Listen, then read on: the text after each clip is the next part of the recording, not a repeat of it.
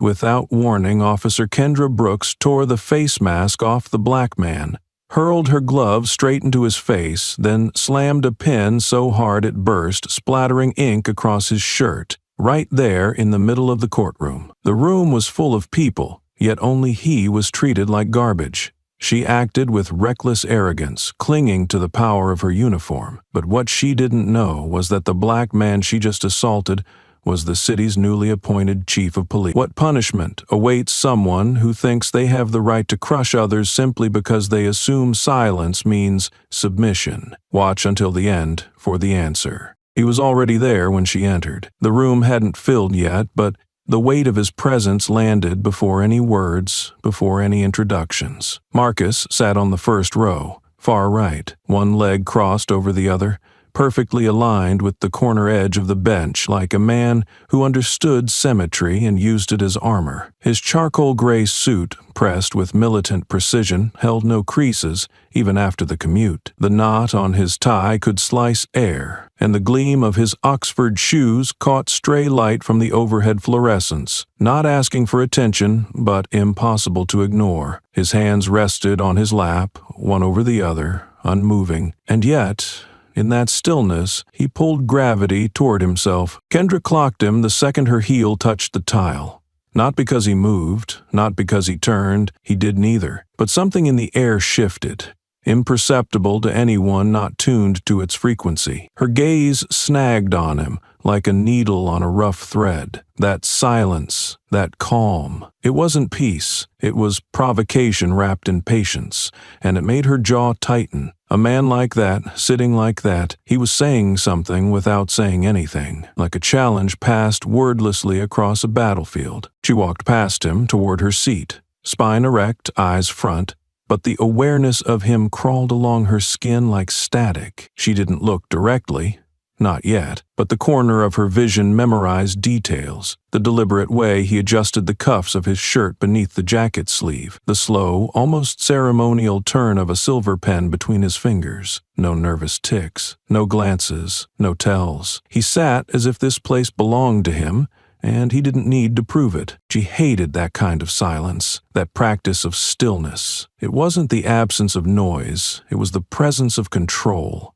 Undisturbed, undisturbedly dangerous. Her mind flashed to a memory she never let surface unless provoked. A courtroom, years ago. Another man in another suit. Another pair of hands resting just so. She'd been younger then, new to the badge, drunk on rules and the power they grant. That man had smiled when she lost her temper on the stand. Smiled without teeth. It had burned a hole in her. She had promised herself never again, but here he was. Not the same man, but that same smile in silence. That same unblinking posture. Marcus didn't look at her until she had settled in, 3 rows back, second seat from the left. When he did, it was not a glance, it was a calculated reveal, a door opening onto a void. Their eyes met. It held, not long, not lingering, just long enough to brand the moment with something unspoken. There was no nod, no expression, no shift in posture, but the look said, "I see you. I'm not afraid of what you'll do, and worse, I already know what you'll try." Kendra's throat tightened. She blinked first, looked down at her notepad, though nothing was written. A flicker of heat pinched the base of her neck. No words had passed. No incident had occurred, but her heartbeat ticked faster, and she hated herself for it. Who was he? Why did he sit like that? Like a thread pulled tight but never snapping. She tried to hable it. Arrogance? No. Arrogance spilled over. This was more surgical. Confidence without an audience, like someone who had stood through fire and learned how not to flinch. She felt her composure chip. Microscopic but real. Every few minutes, her eyes returned to him against her will. He remained still, but not passive. He wasn't waiting, he was watching, recording, calculating, not out of menace, but precision. His presence felt like a mirror held too close, not showing her reflection, but showing what she failed to see about herself. The proceedings hadn't begun. Others entered, filed in. The usual noise of chairs scraping and papers shuffling echoed across the hall, but all of it blurred in the periphery. To her, the room had narrowed to one axis, the line that connected her seat to his. Kendra adjusted her collar, took out a pen, wrote her name with too much pressure. The tip dug into the paper more deeply than necessary. Her teeth clenched. Marcus reached into his inner jacket pocket and retrieved a small notebook, black leather. Slim, worn at the edges, not from neglect but from use. He unscrewed the cap of his fountain pen with a single, smooth motion, placed it on the back, and began to write. Not rushed, not for show, just enough movement to assert that he had thoughts worth recording, that he didn't need to speak to make a point. Kendra watched him fold his mask and place it beside him on the bench, creased with exactness like origami. That mask, that damned mask. Even the way he removed it felt deliberate, like every gesture was part of a language she didn't speak, but one she knew was aimed directly at her. And then, again, their eyes met, not aggressive, not soft, just present, like a weight pressed gently onto her sternum. She shifted, looked away too late. That flicker of movement was an admission. She hated that more than anything. The involuntary signal of discomfort, of reaction. It gave him ground, and he knew it. He didn't smile, didn't frown, just returned to writing. The room could have been empty for all he cared. And in that moment, Kendra realized it wasn't about her. Not directly, but something about the way he sat, the way he carried his silence, demanded that she contend with herself. That's what made it intolerable. Marcus hadn't spoken a word, but he had taken a position, without announcing it, without staking a claim, and somehow he had made her feel like she was already losing a battle she hadn't realized had begun. She gripped her pen tightly, exhaled once. This wasn't over. It hadn't even started, but something primal had been marked, not by volume, not by motion, but by the absolute certainty of presence, and he still hadn't said a single word. Still, he hadn't spoken. But silence can rot the air if it sits too long between adversaries. Kendra leaned back slightly in her seat, the leather protesting beneath her shifting weight, her gaze slanting toward him again like a blade. Marcus had not changed his position. He sat with the same unnerving composure, scribbling calmly into his black leather notebook as though he were recording observations from a safe distance inside a hurricane. He did not fear that calmness. It mocked her. There was something surgical in the way he filled lines with ink, pausing every few moments to gently press the pen against the edge of the paper, like precision mattered more than speed, more than relevance, more than the room. The mask was folded on the bench beside him. Folded, not discarded. Each crease aligned with an almost ritualistic purpose. Not for cleanliness, not for show, for control. Kendra couldn't look at it without irritation climbing her throat. Who folds a surgical mask like origami? Who sits in a courthouse like a specter dressed for war? He was too neat, too polished. And that, precisely, is what disturbed her. Men that polished were always hiding something sharp beneath the fabric. Her fingers flicked open her phone screen. She opened an app used by law enforcement to scan images against known personnel databases. She angled her phone low, subtly zooming in on his face. Clean features, jaw like a blueprint. The app scanned, blinked, and stalled. No matches, no hits. She tried twice more. Still nothing. Her teeth clenched, and she tasted metal. No file, no rank, no name. That was impossible. In this building, every face had a footprint. Every presence was logged, stamped, and documented, but not his. The absence of a record was a record in itself, a void where a man should be. He wasn't a stranger. She knew that chin, that shape of stillness, but the harder she searched her memory, the more elusive it became, like smoke folding away from her grip. It irritated her, not just because he didn't appear on screen, but because he made her feel like she was the one being observed. She lifted her eyes again, faster this time, sharper, and there it was. His gaze was already there, waiting, not searching, seeing, as if he'd known she would look, as if he'd timed the moment to catch her in the act. She flinched, just slightly, not enough for anyone else to notice. But he saw it, of course he did. And in that split second before she wrenched her stare away, she saw it in him. Not triumph, not arrogance. Something far worse. Clarity. Her pulse kicked. She stared hard at the blank page in her notebook, but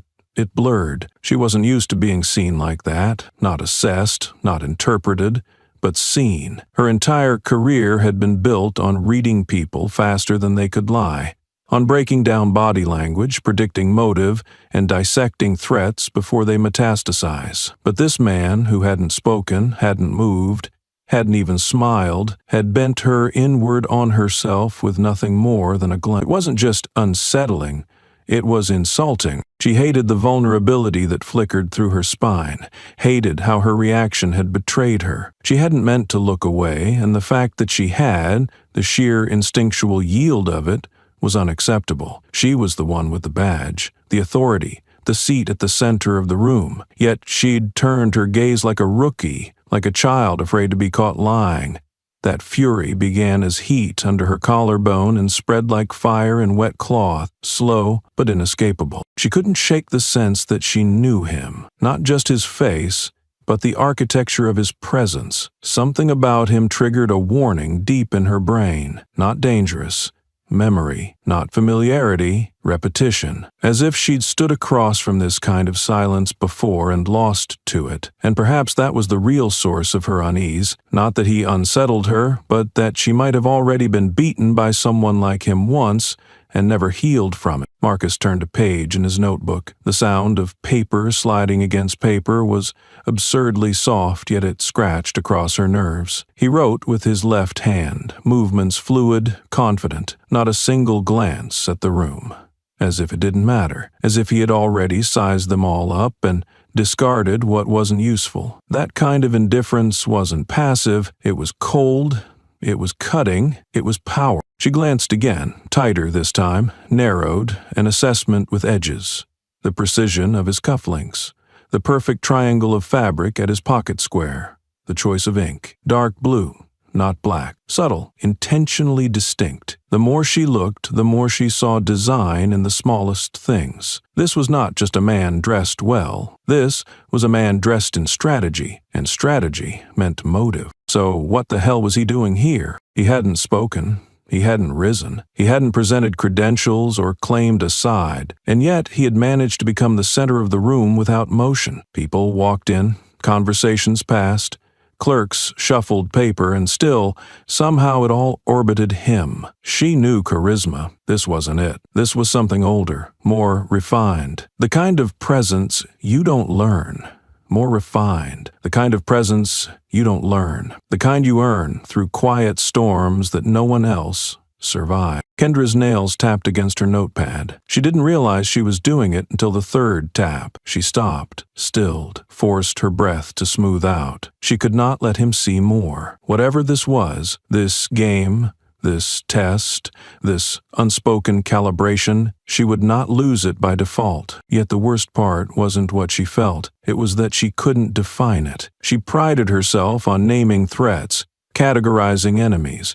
But Marcus didn't fit a label. He was too still for a rebel, too controlled for a zealot, too invisible for a spy, and too damn calm for a man with nothing to hide. When his eyes lifted again, it wasn't abrupt. It was timed, measured, like a cue in an opera only he knew the score for. Their gazes met for a second time, and though she didn't flinch, she felt the sting return behind her sternum. Not pain, not fear, but exposure. She didn't blink this time, but her body wanted to.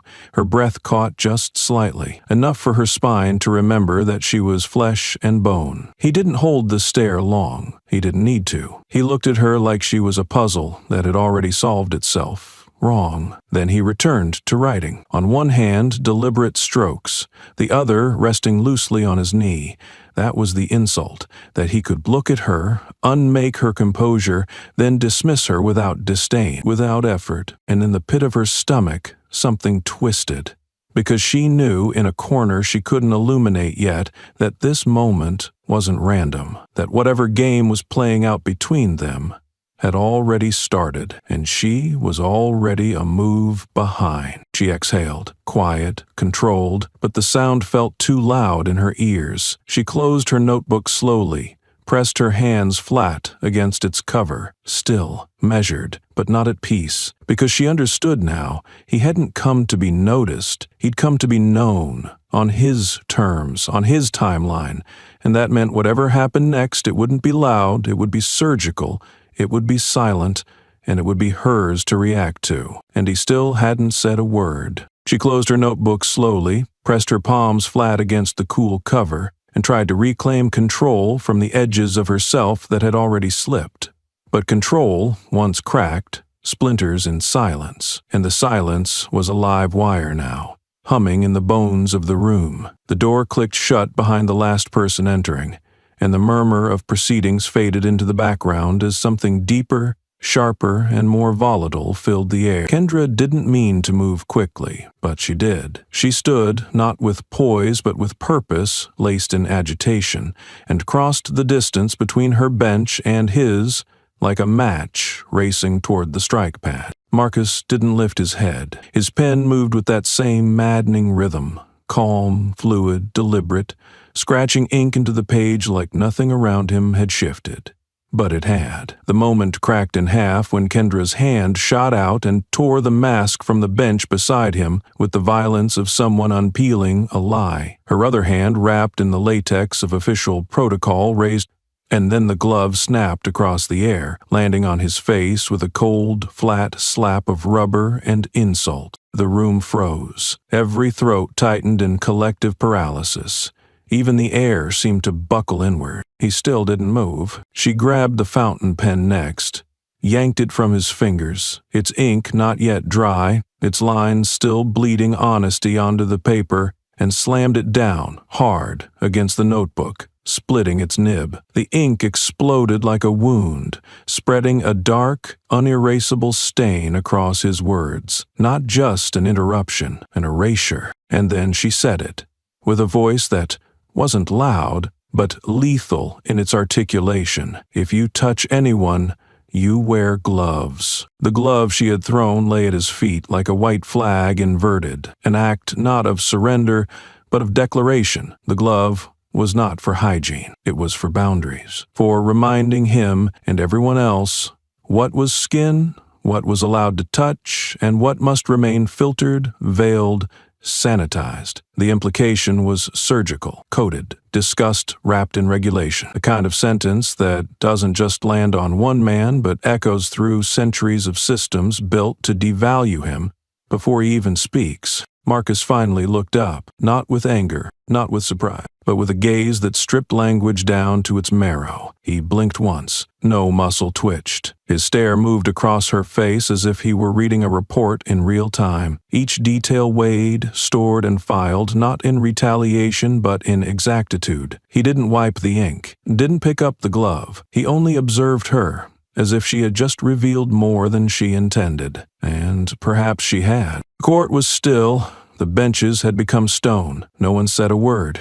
No one dared. The clerk's mouth parted, but no sound came. The judge hadn't yet entered, but it would have made no difference. This wasn't a scene for the law. This was a fault line splitting open between roles, revealing something ancient beneath robes and protocols. The moment wasn't violent in a cinematic sense. It didn't need to be. The violence here was institutional, elegantly wrapped in authority, disguised as procedure, sharpened by the very uniform she wore. The glove, the pen, the mask, props in a theater of sanctioned humiliation. And everyone in the room saw it, felt it, swallowed it, but no one intervened, because the story unfolding was familiar, too familiar. Marcus didn't reach for a handkerchief. He didn't scrape the ink from his jacket. He let it soak. He let it live there, a badge made of stain. And still, his silence had more weight than any scream. In that hush, his stillness defied her aggression, not by rejecting it, but by outlasting it. Kendra took a half step back, but it wasn't retreat, it was recoil. Her body knew what her mind refused to name, that she had not embarrassed him, she had exposed herself. The room hadn't turned on him, it had turned on her. Not openly, not yet, but the shift in atmosphere had happened. It was there in the fixed gaze of the bailiff, in the way the clerk's eyes wouldn't meet hers, in the sharp, ragged breath someone took 2 rows behind. What she did wasn't illegal, it wasn't even against internal policy, but it was something more permanent. It was visible, it was recorded, it was real. And Marcus, he didn't speak. He didn't accuse, he didn't need to. He had taken the full blow and responded with nothing. Not submission, not pride, just a stillness, so disciplined, so deliberate, it threw her flailing into fluorescent light. Her voice had been clear. Her movements are precise, but clarity can be cruel. Precision can be weaponized. And now, in the silence, all of it circled back on her. She had become the focal point of her outburst, and he had become the gravity holding the debris of it together. His eyes hadn't left hers. That was the final twist. He saw her fury. He saw the ugliness coiled beneath her order. He didn't respond to it. He absorbed it. And in that absorption, there was an indictment, not only of her actions, but of the entire framework that allowed them. Because what she did wasn't personal. It was systemic, and he made her feel that truth, not by accusing her of it, but by letting her hear it echo in her silence. She turned without a word and walked back to her seat. Her steps were exact. Her back was straight, but inside, something had cracked. Not in guilt, not in apology, but in certainty. That's what he had stolen from her, not in authority, not power, but the absolute belief that she was right, that she was untouchable. Her gloves made her clean, and for the first time in years, she felt naked in uniform. The ink on his notebook bled wider with every passing second. The page warped, the words drowned. And still, he didn't turn the page. He let it sit, let it breathe, let it ruin itself in the open. Around them, the courtroom remained paralyzed, but this was no longer about trial or judgment or due process. This was a reckoning, not of guilt, but of gaze, and he still hadn't said a word. The ink bled like a wound across the page, and Marcus didn't flinch. He didn't rise, he didn't speak. He simply sat, unmoved, in the still, smoking center of a storm that had already passed, but left the air heavy with its echo. The glove rested on the floor, the torn silence hung suspended between bodies, and the power shifted without announcement. Kendra had returned to her seat, shoulders squared, spine taut with forced composure.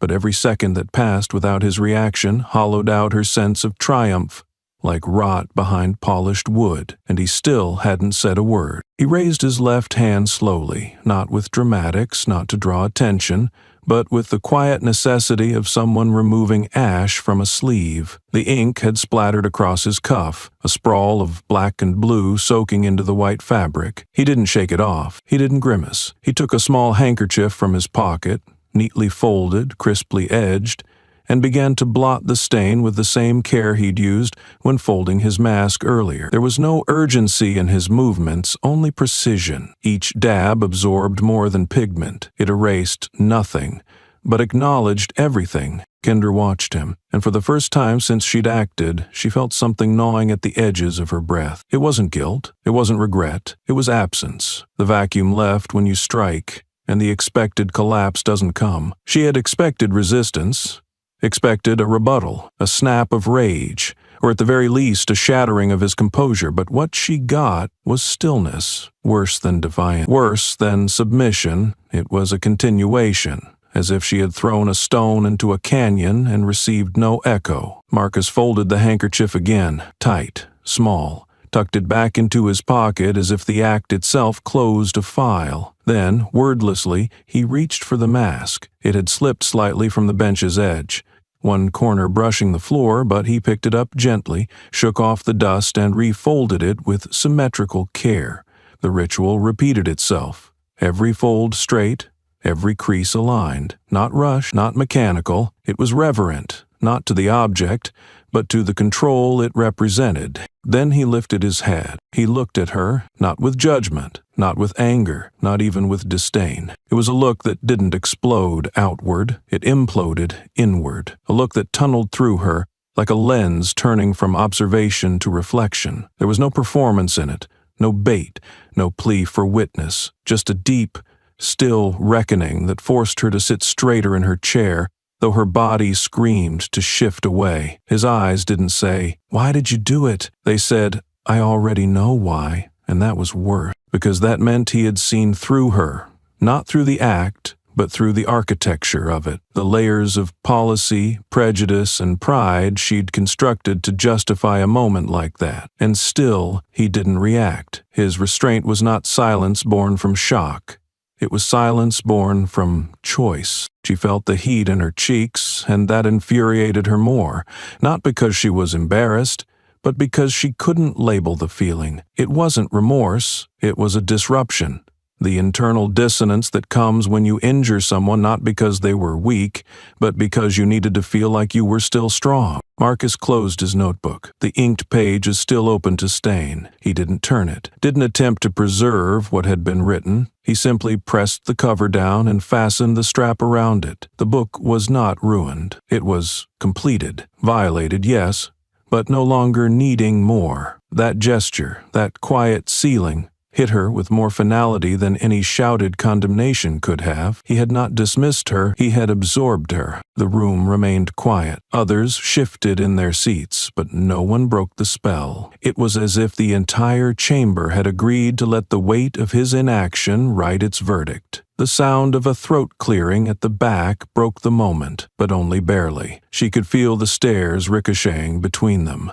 No one dared speak. No one dared interpret. He stood, slowly, no hurry, no need for a declaration. He didn't shake off the stain. He didn't lift his head with arrogance. He simply rose to his full height, adjusted the cuffs of his jacket where ink had marked them, and looked at her one last time, not like a man staring down an opponent, but like a man finishing a page. Then he turned and walked out, not toward her, not away from her, but through the center line between them that she had tried to claim and failed to hold. Kendra sat still long after the door shut. Her breath came shallow now, not from panic, but from pressure, the kind that builds behind the eyes when nothing around you moves, but something inside you has started to crack. She couldn't explain it, couldn't defend it. There was no applause. No punishment, no declaration of wrong, but the space he left behind filled the room like smoke from an invisible fire. She expected to feel victorious.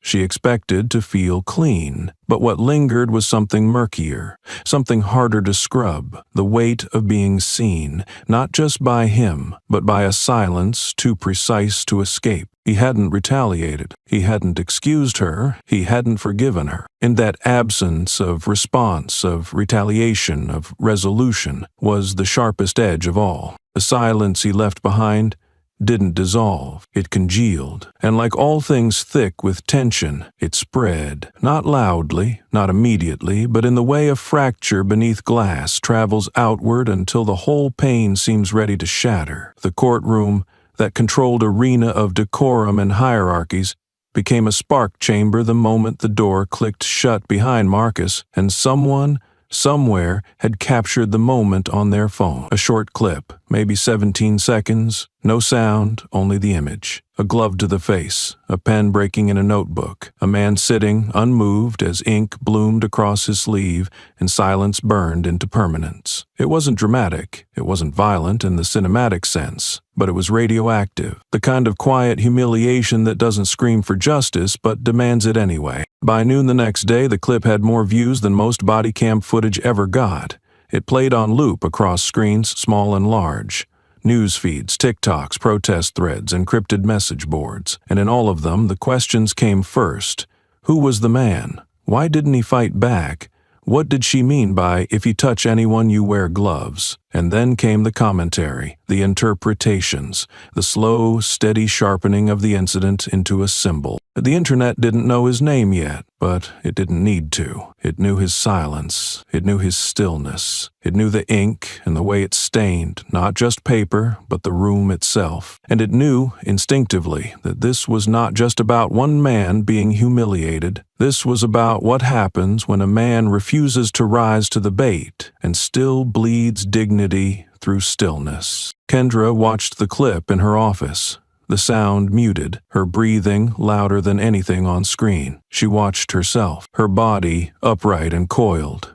Her hand struck downward, her mouth forming the sentence she now heard replayed in transcripts. in threads, in comments, dissecting tone and subtext and implication. She paused the clip, rewound, played it again. This time, her focus wasn't on her movement, it was on his face. That precise moment when he looked up, when his eyes met hers, and she froze the frame right there. That look, it haunted her because it wasn't angry. It wasn't broken. I wasn't even disappointed. It was worse. It was whole, intact, and impossible to hate. He had looked at her like someone watching a collapse from inside a structure already reinforced, like someone who had prepared his entire life for this kind of rupture and simply accepted it, folded it into muscle memory, and moved on without complaint. That gaze did not accuse.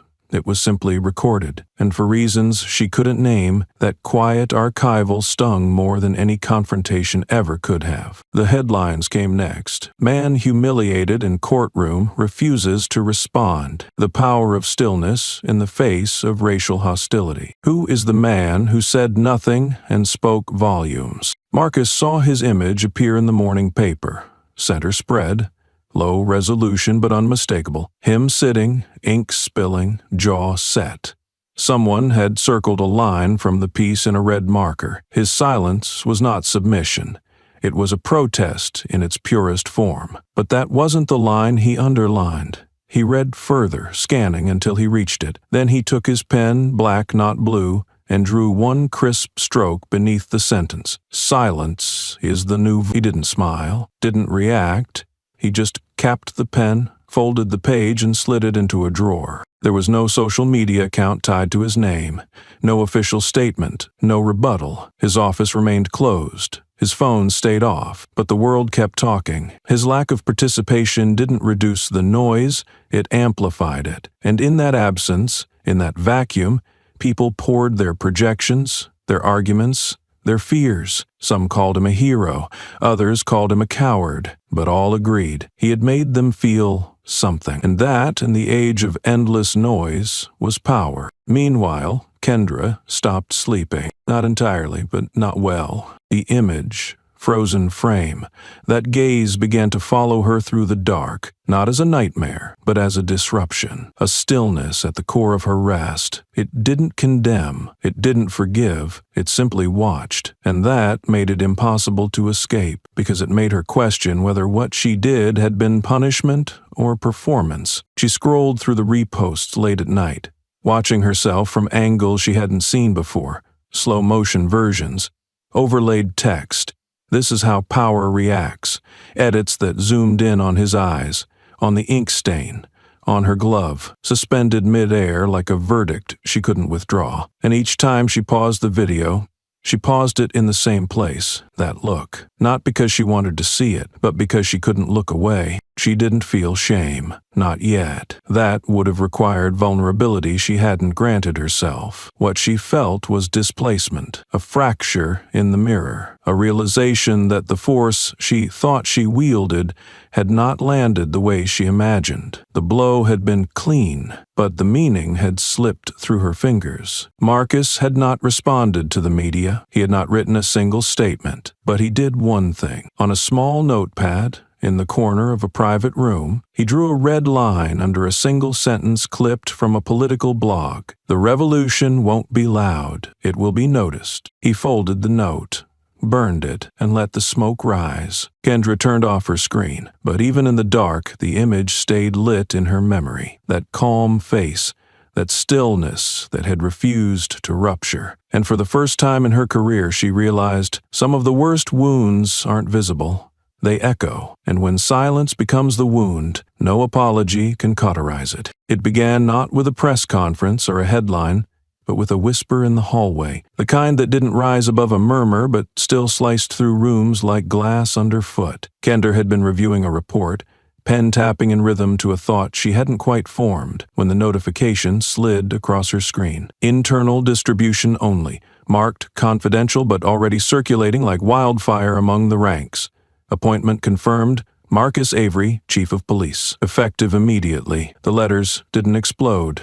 They bled, slow, deliberate, and for one suspended breath, she couldn't feel her hands. Marcus Avery, her chief. She read it again, not because she hadn't understood, but because her brain refused to process what her instincts had screamed the moment she first saw him. He wasn't just someone, he was something. And now, officially, he was in power. Kendra stood without knowing why, the chair legs grating behind her like metal scraping judgment. Her vision tunneled not from panic, but precision. The courtroom humiliation had gone viral, yes, but now it had metastasized into something structural.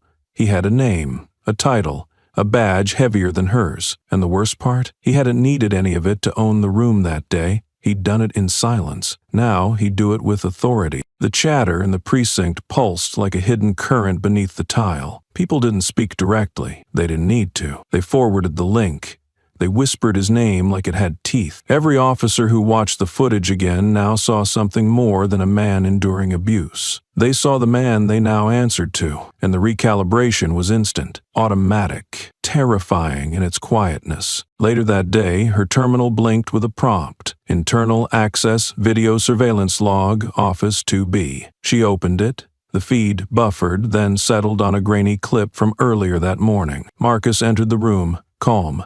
Jacket unbuttoned, steps measured like always. No guards, no entourage. He stood before the operations board, where a list of names glowed in white across a black digital screen. Divisions, officers, assignments, authority. His eyes moved across the list, unhurried, until they landed on hers. Kendra Love, acid, and then the pen, a red marker. He didn't write, he didn't strike through. He drew a perfect circle around her name. Not aggressive, not accusatory, just surgical, like identifying an organ before an operation. No words, no gestures, but the implication thundered in her spine. I see you. I haven't forgotten. I don't need to punish you. You'll do that part yourself. She clicked the video closed. Her hand lingered on the mouse too long. The air felt tight, not because of guilt, not even fear. It was something more disorienting, irrelevance. The way a predator realizes the one they'd misjudged wasn't prey at all, but a mirror. She hadn't just attacked a man. She had exposed herself to the one person who now had the reach to make her disappearance procedural and polite, and yet he hadn't.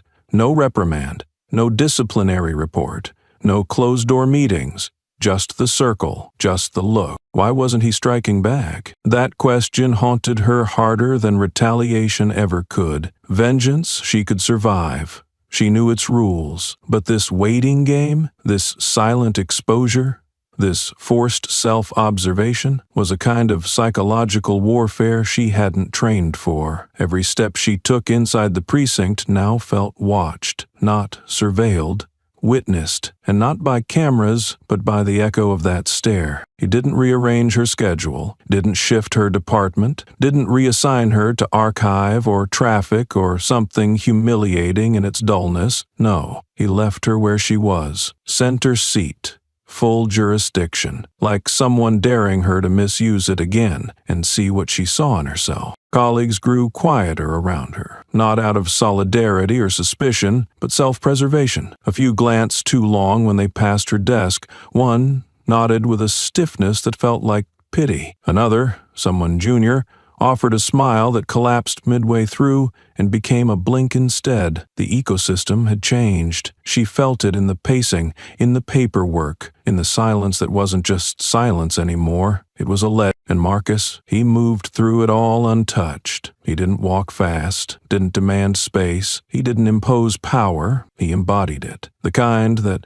doesn't need to bark, because it has already written the rules. His calm wasn't passive, it was structured. His presence didn't seek confrontation, it forced introspection. He wasn't building a case against her, he was letting her do that herself, and the thing that burned most wasn't exposure, it was that she couldn't decipher the game, because maybe it wasn't a game at all. Maybe it was the structure, maybe it was a reflection, maybe it was justice, unfolding not in public, but in posture, in patience. When the department memo officially introduced Marcus Avery to the force, the email came without fanfare, no welcome video, no grand mission statement, just a line. The measure of leadership is not volume, but impact. And beneath it, his signature. No one missed the subtext. And Kendra, she read that email 3 times, not because the words confused her, but because they didn't at all. The email lingered unopened in her inbox for almost a full hour before she clicked it, even though the subject line had already ignited something in her chest. Personnel recommendation, Office of the Chief. Kendra stared at it like it might morph into something else if she waited long enough. Something predictable, something punishable, something she could fight, but it didn't change. And when she finally opened the attachment, the stillness in the room felt like it leaned toward her with bated breath. It wasn't a dismissal. It wasn't a warning. It was a letter, handwritten, scanned onto official letterhead in ink so deliberate it felt like it had been pressed into the page rather than written on top of it. My directive, Officer Kendra Lowell will remain active in her current division for a 2-week internal observatory term. Her role? To continue operations under direct scrutiny as a living, unedited record of procedural integrity. Below that, Marcus Avery, signed in strokes both elegant and exacting. No removal, no suspension, no exile. She wasn't being punished. She was being preserved. Displayed. Kendra's fingers curled before her mind caught up. The letter crinkled in her grip. Then, with a snap of fury and disbelief, she tore it in half, then into fourths, then into scraps that fluttered down like a silent avalanche onto the tile floor beneath her boots. Her heart hammered in the aftermath, but her rage didn't land where she expected. It didn't feel victorious. It felt cornered, like she'd tried to strike at a ghost that didn't flint. She stared at the shredded paper for a beat too long. Then, almost involuntarily, she crouched and began gathering the pieces, not out of guilt, not out of respect, but because something in her understood this wasn't a gesture she could afford to ignore. She needed to see it whole again, to trace the meaning with her own eyes, on her terms. But the words refused to come back together cleanly. Some edges didn't align. Some letters were missing now. The message, though what remained between the tears, was clear enough. He had kept her, not out of mercy, but as a mirror. And that was the cruelest sentence of all. 2 weeks. Not tucked away behind closed doors. Not removed from the field, but right where everyone could see her, exactly where she had always believed she belonged. Until now. Now she was no longer the observer. She was the exhibit. The emblem of consequence is not through force but through presence. She would sit in the meetings, she would stand in the briefings, she would walk the halls, but every step, every blink, every silence would hum with the knowledge that her role had shifted from authority to object lesson. She paced the length of her office, shoes clicking against the floor with a tempo she couldn't control. The pressure wasn't immediate, it was cumulative, a slow boil beneath still water. Every conversation she entered felt altered now, not by words, by temperature. Colleagues glanced, then looked away too fast. No one brought up the letter, but the letter was in the room with her, every room, like a scent no one could name but everyone smelled. She sat in her usual chair the next morning, uniform crisp, posture flawless. But even the fabric on her shoulders felt heavier now, as if stitched with eyes, not his, everyone else's. They didn't ask her questions. They didn't doubt her decisions, but every silence that followed her directives now felt like a shadow. And in those shadows she saw herself, reflected not by her power, but by the echo of someone else's restraint. Marcus didn't speak to her directly. He didn't need to. His signature had done the talking. His letter had become a verdict, written in protocol instead of punishment. He didn't demote her. He demanded that she stay exactly where she was when she failed. That wasn't forgiveness. That was illumination. That was the architectural opposite of revenge, and it was brilliant. She caught glimpses of him in passing, always precise, never rushed.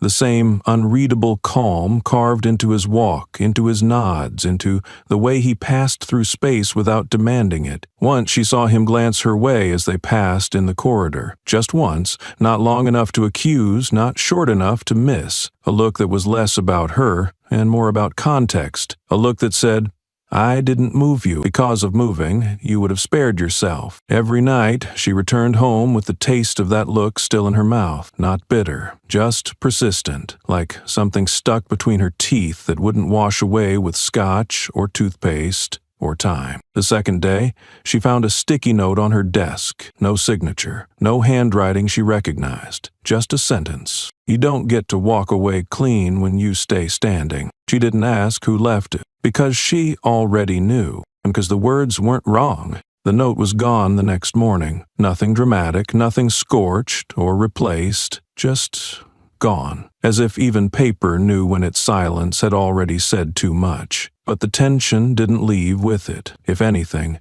it thickened, stretching across every surface Kendra touched, clinging to the air like moisture before a storm. Her 2-week sentence of presence had just begun, and already the architecture of her authority felt hollowed out from the inside, not by shame, not even by doubt, but by something far more corrosive, anticipation. Something was coming, she could feel it. It arrived 2 days later, not with a bang, but with a placement. A manila folder, thick, heavy. No post-it, no note, no warning, just placed squarely on the center of her desk like a sealed box at a funeral. Unassuming but impossible to ignore. The weight of it wasn't in the paper, it was in the precision. In this way, it sat perfectly aligned with the grain of the desk, in the way it had been positioned, not dropped, not delivered, but placed intentionally. She opened it. 12 files, 12 complaints, 12 names she did not immediately recognize, but 12 stories that circled the same gravity. Excessive force, verbal coercion, intimidation, procedural gray zones, polished clean with paperwork but smudged raw in memory. Names, dates, photos, transcripts of complaints filed and quietly buried. Her name, Kendra Lowell, appeared in all 12, sometimes as the reporting officer, sometimes as the lead investigator, once, even, as the only name listed in a case that had gone unsubstantiated in under 48 hours. She flipped pages with mechanical control, but her eyes betrayed her. They lingered on the language, on the margins, on the testimony of a 19-year-old boy who had written, "She didn't yell, but I still felt like I was shrinking when she looked at me," on a sketch of bruising across the wrist of a woman who had been accidentally over-restrained during questioning, on the timestamp of a missing body cam feed. 12, not 1, not 2, 12. The pattern wasn't hidden. It had never needed to be, because no one had ever been looking. She stared down at the open folder, her breath shallow and steady, in the practiced way of someone trying to remain in control while the floor beneath them subtly turns to glass. She hadn't seen Marcus enter, but now he stood on the other side of her desk, silent, still, framed by the doorway like punctuation at the end of a sentence she hadn't finished reading. He didn't sit, he didn't gesture, he didn't raise his voice. He just said, "This isn't about who you are, it's about who I need to understand you are." The line didn't stab, it sliced.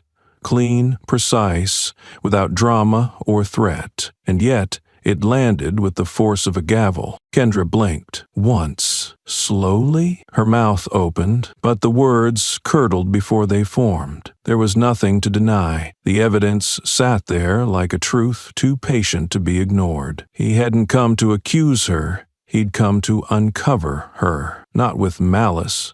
Not even with vendetta, with reason, with the method, with quiet execution. She had been prepared for a trial. What she wasn't prepared for was an audit. He didn't lean forward, didn't look. He left the space between them filled with exactly what it needed, pressure. And then, just as calmly as he'd arrived, he turned and left. No closing remark, no lingering glance, just the echo of a man doing what the system had never done before, hold itself accountable through someone who knew how to do it without making a sound. And still, the folder remained. She read every line again, and this time she couldn't look away. She read every line again, and this time she couldn't look away. But while Kendra sat beneath the weight of 12 unburied files, somewhere else in that building Marcus was holding a different kind of record. Not typed, not redacted, not filed. It was an old photograph, worn at the edges, black and white, curled slightly from age and silence. It had no timestamp,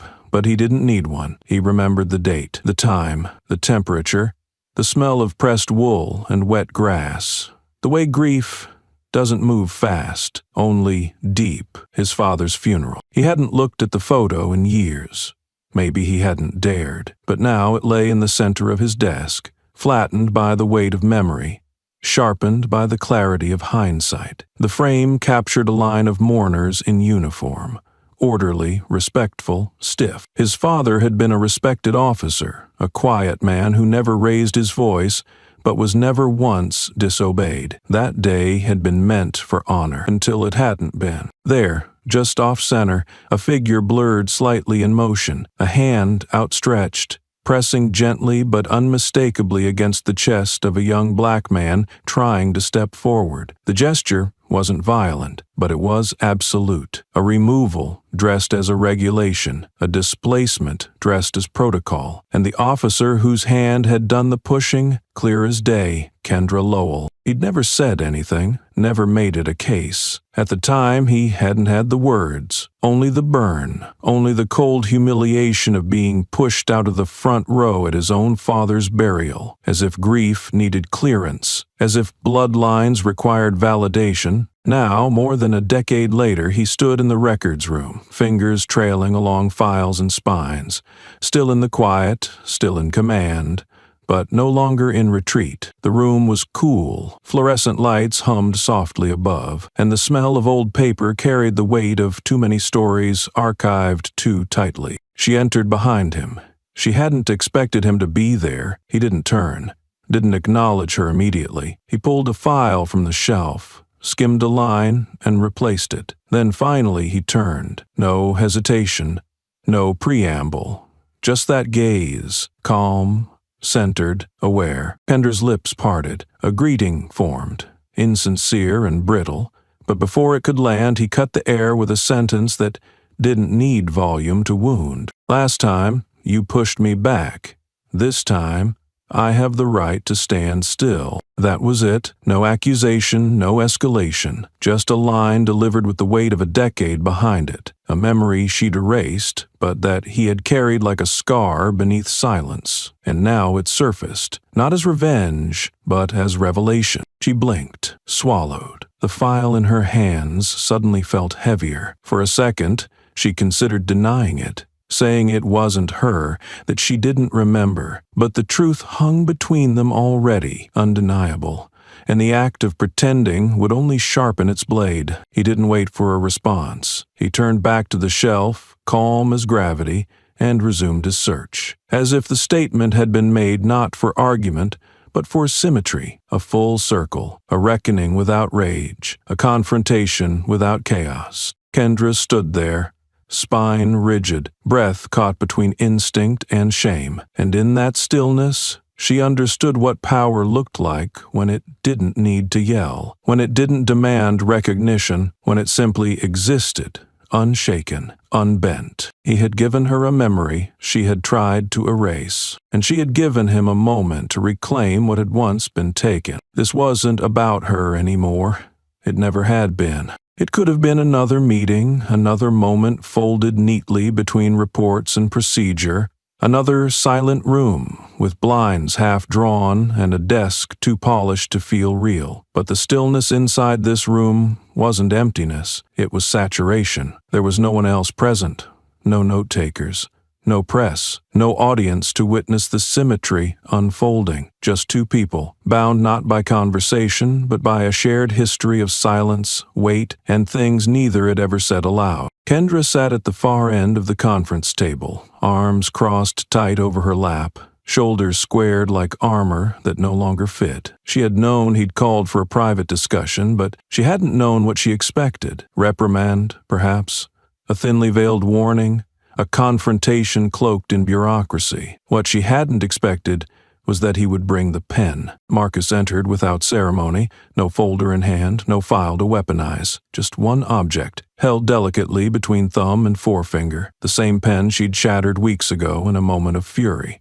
the one that had bled ink like an opened artery across his notebook. He didn't toss it. He didn't drop it with disdain. He placed it carefully on the table in front of her, not in accusation, not in triumph, but with the reverence of someone returning a truth too fragile to discard. "I kept it," he said, voice low, unhurried, stripped of theater, "because once it wrote honestly." She didn't look at it right away. Her eyes hovered just beside it, locked on the grain of the desk, the tension in her jaw pulsing like static. Her hands curled against the edge of the table, fingers whitening, but she said nothing, and he didn't push. He sat across from her, not leaning forward, not dominating the space. He let the moment sit, stretch, throb, because he understood what it meant to hold silence not as a weapon, but as a mirror. The pen, though broken, had been cleaned, the fracture sealed. Its body still bore the stain of dried ink along the base, a scar, visible and deliberate. It hadn't been restored to function. It had been preserved in truth. She exhaled sharply through her nose, then caught herself,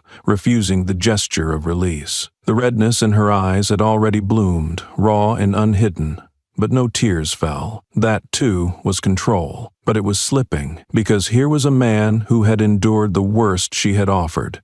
Not just the glove, not just the shattered pen, but the refusal to see him, and he was still here, still sitting across from her without asking for an apology, without demanding a correction, without calling the press or commanding policy. She finally spoke, but it wasn't a sentence, just one breath caught halfway through a word and was swallowed back. He didn't wait for more. "I'm not here to make you apologize," he said quietly. "I don't need your apology." His voice wasn't hard. It wasn't soft. It was exact, the kind of tone that left no room for misunderstanding and even less room for evasion. He stood up, adjusted the cuff of his shirt, not out of nervousness, but habit, and looked at her one last time. "I want you to remember," he said, "not what you did, but why did you lose control over someone who hadn't done a thing?" That final line didn't echo. It settled, like sediment falling through still water. It didn't sting because it was cruel. It stung because it was clean, because it hit the place no accusation could reach, the root. He walked out. No flourish, no farewell, just the door closing softly behind him, and she sat still. The pen lay before her like a monument to something broken and sacred, not because it had been valuable, but because he had made it matter again, not through guilt, not through guilt-tripping, but through reminder. He hadn't sought justice. He had forced reflection, and that, she realized, was the greater reckoning. Because some battles aren't won when someone is punished. They're won when someone has to live with what they did, in silence, in full view, without anyone needing to say a thing. The silence didn't leave the room. It followed her, clung to her like the ink that had refused to wash out of her cuffs. It was in the way the pen sat still on her desk, untouched since Marcus had returned it, in the way the shadows leaned longer than usual across her office walls. But most of all, it was in the way no one dared meet her eyes anymore. Not with curiosity, not with challenge, not even with contempt. They simply looked past her, like she had become furniture, outdated, replaceable, forgotten too soon, or remembered too vividly. She couldn't tell which was worse. But outside, beyond those walls, the silence was anything but still. It started quietly. A shaky clip uploaded to Reddit by someone in the courtroom. 15 seconds, no sound. Just imagine Kendra's hand snapping the mask from Marcus's face, glove flying, ink exploding like a silent detonation over his notebook. His head turned slowly, his eyes lifted, calm.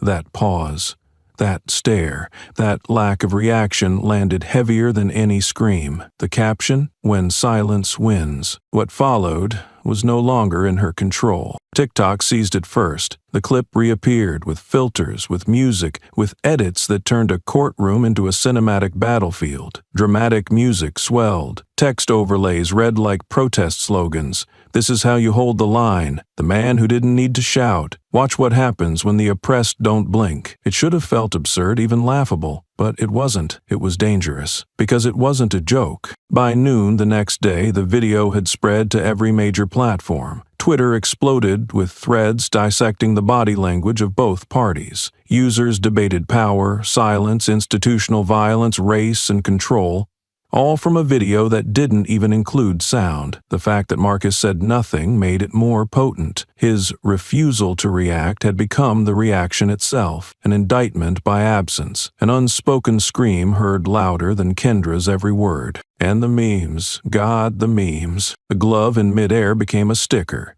"Justice slaps back," one said, the glove looped in an infinite spin. A gif of Marcus calmly folding his mask re-emerged in hundreds of videos titled, "How Real Leaders React." Someone even synced the moment of ink spill with a beat drop from a pop track. It went viral, racking millions of views within hours. She was being remixed, reinterpreted, and rebranded, not as a person, not even as a villain, as an emblem of everything people wanted to burn down. And Marcus, he remained silent. No statement, no interview, no tweet to reclaim the moment, but he didn't need to, because that same morning, the cover of Time magazine arrived in mailboxes nationwide. It showed him alone, head tilted slightly upward, caught in the exact second after the glove struck. Behind him, the faint silhouette of Kendra turning away, blurred by motion. Like a ghost from a past the country suddenly wanted to erase. No headline, just 2 words, The Standard. Graffiti popped up around the city overnight. Stencils of Marcus's face, stencil font slogans like "Command without shouting" and "Power in stillness." They appeared on school fences, courthouse pillars, and police station walls. The city tried to clean them up, but every time they did, more appeared. Bigger, bolder, untouchable, like the idea they now represented. She watched all of it unfold from behind closed blinds, the glow of her monitor casting sharp shadows across her face. She scrolled through comments, dissecting the moment she thought would vanish. She watched strangers reenact her hand movement like it was choreography. She watched teenagers parody her words, her posture, and her tone. They didn't even know her name. And that made it worse. She was not infamous. She was symbolic, a stand-in for every system that never apologized. One meme struck like a dart, a slowed, high-definition version of her glove hitting Marcus, set to a haunting piano cover of a children's lullaby. Overlaid text read, "This isn't a fall from grace. It's the gravity finally catching up." Her breath stopped. Her phone slid from her grip and cracked on the corner of her desk. She didn't pick it up, couldn't. Her hands had started trembling again, just slightly, but enough to be noticed if anyone were watching. No one was. And still, Marcus said nothing. He didn't need to. The world had decided what he meant. They wrote it for him, and for her. And nothing she said now would change that. It was the next meeting that stripped away any illusion she had left of control. A simple internal briefing routine. Forgettable. Kendra entered through the back, jaw tight, her badge clipped just right, uniform immaculate. She needed that polish now more than ever. It was armor, a distraction. Maybe if she looked the part long enough, she could believe she still owned it. The room buzzed with low conversation, the kind laced with side eyes and half-swallowed smirks.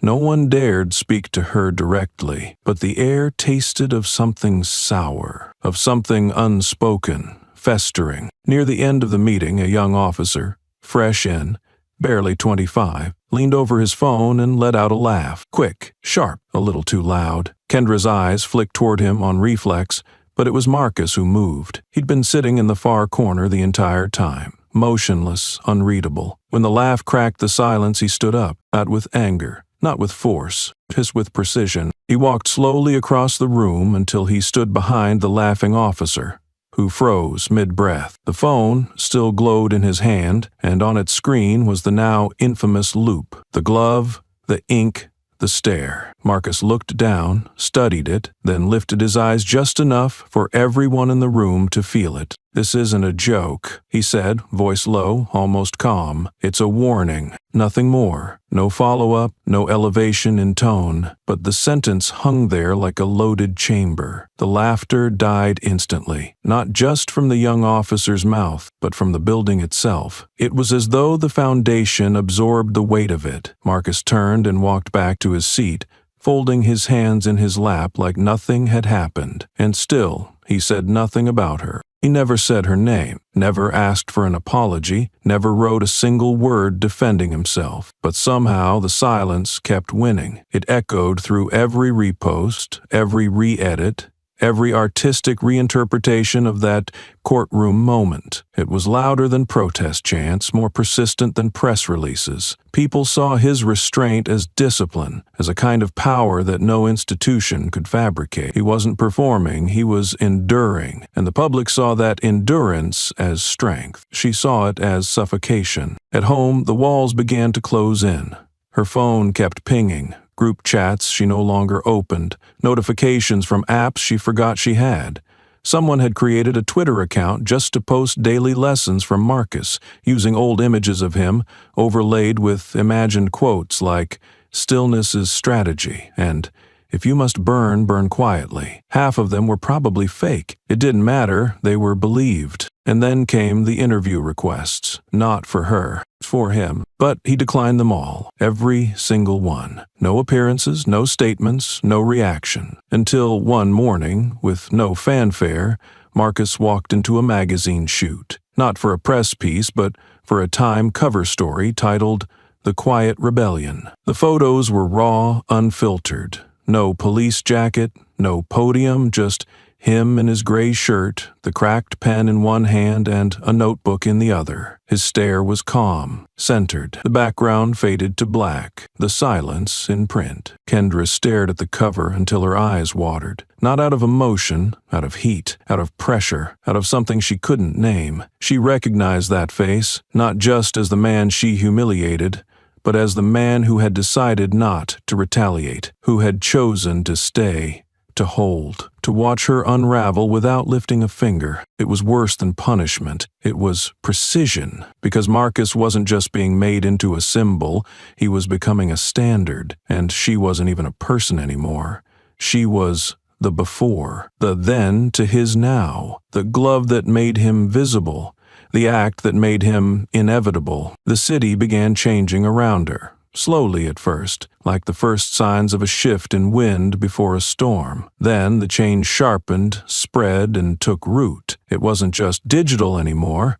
It bled into pavement and public buildings, into hushed conversations and bulletin boards, into school murals and protest signage. The first time she saw it in real life, it was 3 blocks from her apartment. An entire wall painted with a mural of Marcus's face in grayscale, eyes up, jaw firm, the shattered pen floating above his shoulder like a crown. Below him, a slogan in bright white, "Command without shouting." She stood frozen on the sidewalk, commuters brushing past her as if she weren't even there. A young girl walked by, glanced up at the mural, and smiled widely before pulling out her phone to take a picture. Kendra turned and walked the other way. Pulse hammering, not out of fear, not exactly, out of the creeping realization that the narrative had shifted beyond anyone's ability to recall it. She hadn't just lost control, she had become a footnote in someone else's legend. She thought of reporting it. The mural had been tagged illegally.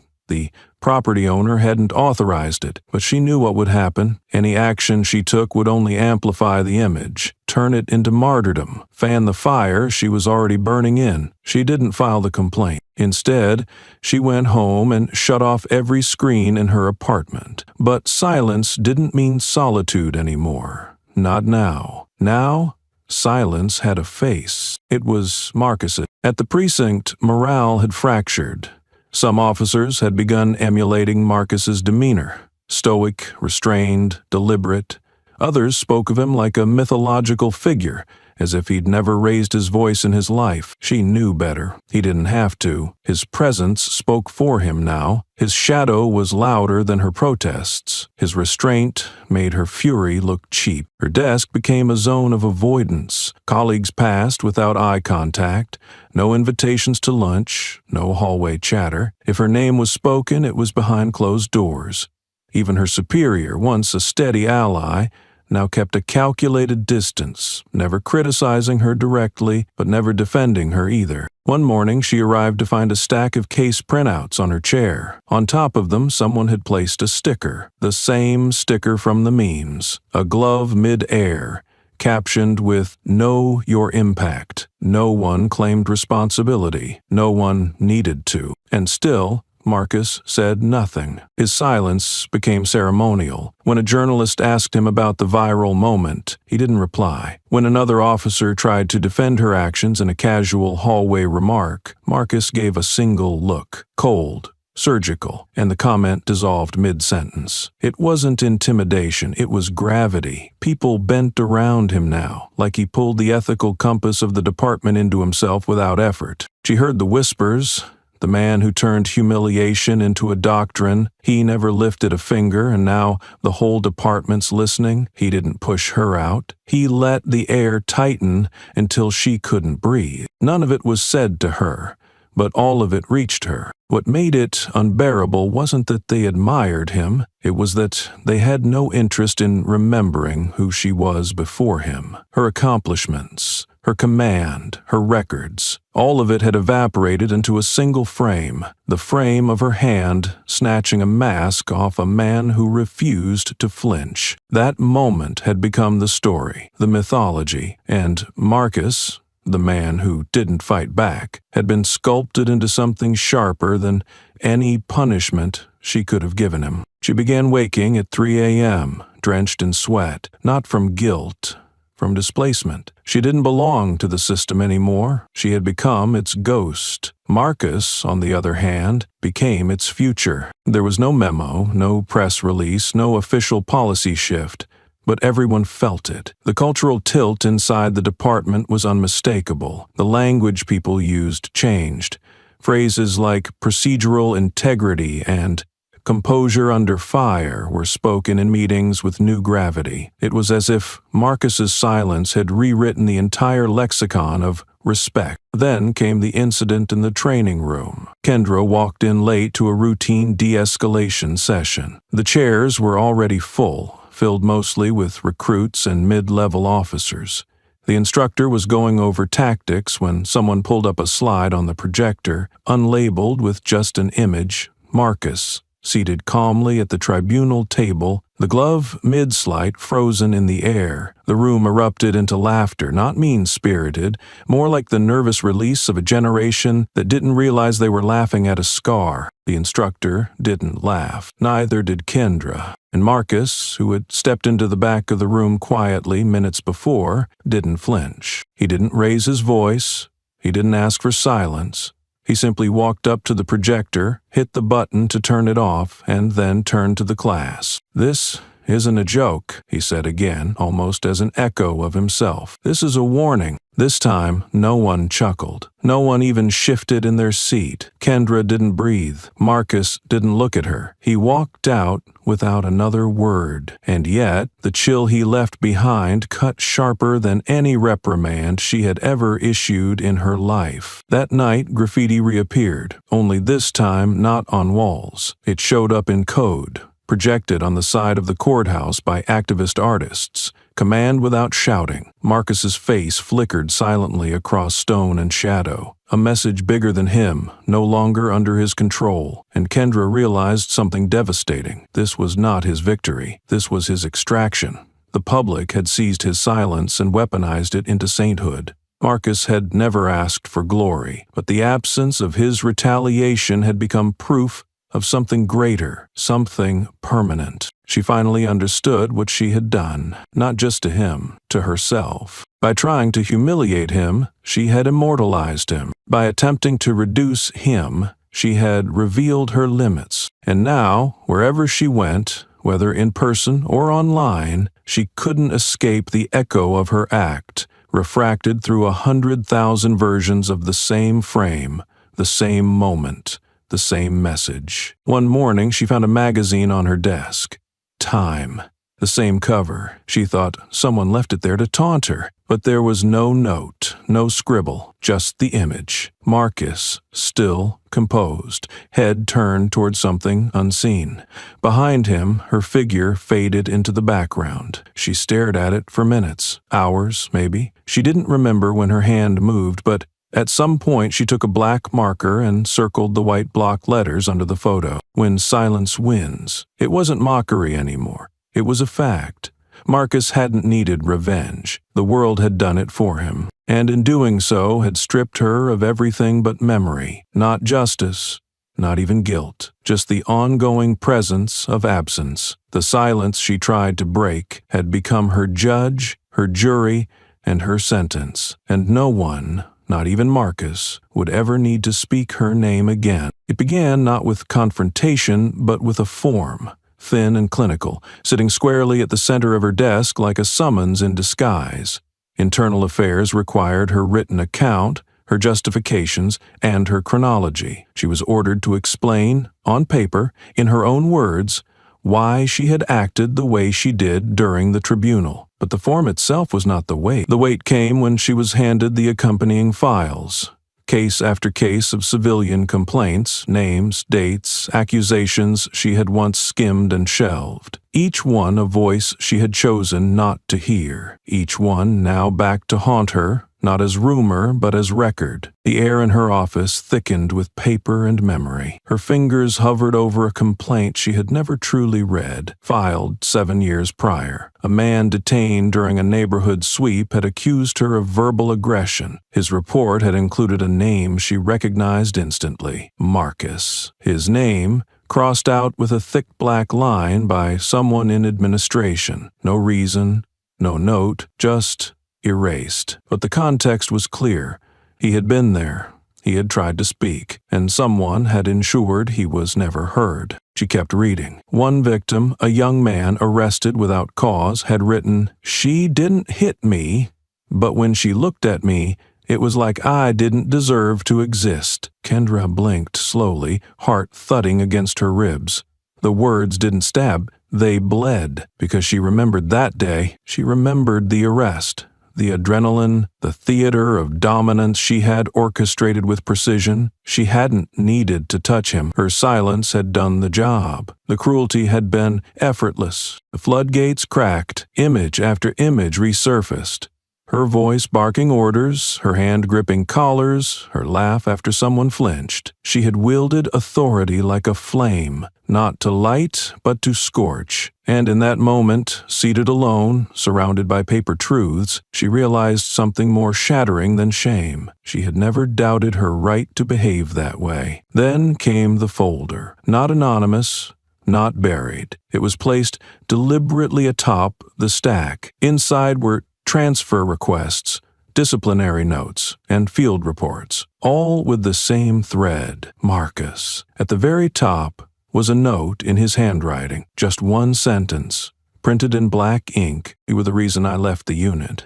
But I don't want you to leave your conscience." No accusation, no threat, just an invocation. She read it once, then again and again. It sounded less like condemnation, more like release, a challenge to step into a reckoning she had long delayed. That night, she didn't sleep, not because the nightmares returned, because she couldn't find one version of herself worth defending. The badges, the commendations, the years of performance and pretense, they meant nothing when held against the weight of what she'd done in silence. In uniform, she had become a symbol, but symbols cut both ways. Now she was being carved by her legacy, and for the first time, she didn't resist it. She had read the note 5 times before daring to look up. The meeting was scheduled in one of the small conference rooms, the kind used for quiet resolutions or muted reprimands. There was no name listed, only a reference. External review dialogue, per Marcus's directive. She knew it wasn't a disciplinary hearing. It was something worse. It was an encounter. The door clicked open at exactly 10 o'clock. Marcus entered first, alone, his presence steady and unreadable as always. Behind him came a young man, early 20s, tall, composed, wearing a white collared shirt tucked neatly into dark trousers. He moved like someone used to being underestimated and was silently determined to change that. His eyes met Kendra's for a fraction of a second, no longer than a breath, and she felt something shift. Not recognition yet, but something colder, something waiting. Marcus took a seat against the wall, hands folded, not interfering. "He has the floor," was all he said, and then silence claimed the room again. The young man sat down opposite Kendra, setting nothing on the table, bringing no paper, no devices, just his memory. "I don't think you remember me," he began, voice level, unshaken, not accusatory. "But I remember you. I was 9. It was the first week of summer. I was running to my cousin's house, 2 blocks from mine. I had a blue backpack, and you stopped me." Kendra's mouth parted slightly, the beginnings of a reflexive denial surfacing. He continued before she could speak. "You told me to turn around and to put my hands on the wall. You said, 'Don't make me repeat myself, you little dirty punk.'" Silence sliced the air like a blade. Her throat tightened. The phrase, "those words," echoed back in her head, cold and familiar. She had said it. She knew it. But she didn't remember his face then. She hadn't even looked at his face. That was the point. He was just a body she needed to stop, a silhouette that fit the shape of suspicion she had been trained to fear. "I remember how your hand gripped my shoulder," the young man said. "I couldn't breathe. You told me not to move, and I didn't. I thought if I moved, I'd die. And then, when the patrol car rolled up and your partner said, 'I didn't match the description after all,' you didn't say sorry. You told me to walk faster next time, so I didn't look suspicious." Kendra looked away, not in guilt, at least not yet, but in recoil. The pain wasn't in his voice.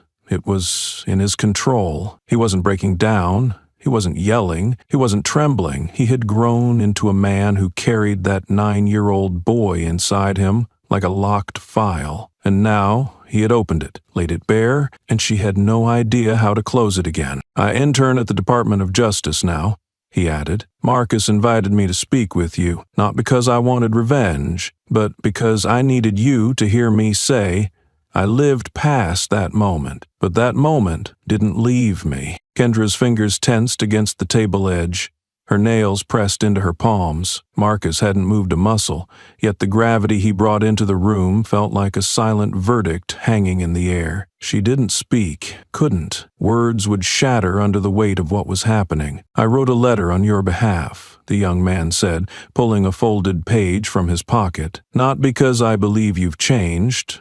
I don't know that, but because I don't believe erasing you teaches anyone anything. What I asked for instead was this." He placed the paper gently on the table, then met her eyes again. "You go to every school, every center, every program where black kids grow up afraid of cops, and you tell them what you did to me. You look at them and tell them you were wrong. Not all cops are like you, but some were, and still are. You tell them how that ends." It was not a demand, it was a sentence without handcuffs, a justice born not from courts, but from conscience. Marcus finally stood, stepping forward just enough to cast a quiet shadow across the table. "I never needed you to bow to me," he said, voice steady. "But to him, you owe that." He didn't wait for a response. Neither did the young man. They both turned to leave, their backs unguarded, not because they trusted her, but because they no longer needed to fear her. Kendra sat still for several minutes, the letter untouched, the air unbreathed. And then, slowly, finally, she picked up the page. There were no flames in the room, but something inside her had started to burn. The weight of the boy's words still lingered like smoke after fire, but the city didn't slow. In its unrelenting rhythm, Kendra found herself sitting in a folding chair with a plastic name tag clipped to her shirt, its thin metal teeth biting into the fabric as if to remind her that this was not a place for titles, just accountability. The room smelled of old wood, disinfectant, and something bitter underneath, like burnt pride. The community center was bare, with no flags, no podiums, just a single whiteboard, rows of mismatched chairs, and faces that stared too long. This was not a suspension, not a punishment in official language.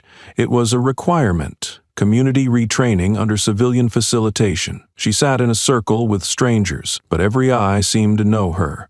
Not as Captain Kendra Walsh, but as that cop. No uniform to hide in, no badge to deflect questions.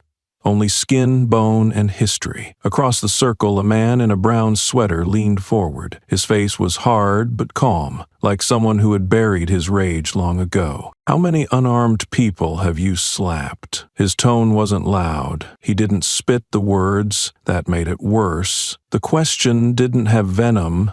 It had memory. The air grew still. Kendra's fingers twitched slightly, then froze. She opened her mouth, but no answer came, because there were no numbers, only faces, brief flashes. A shoulder was shoved.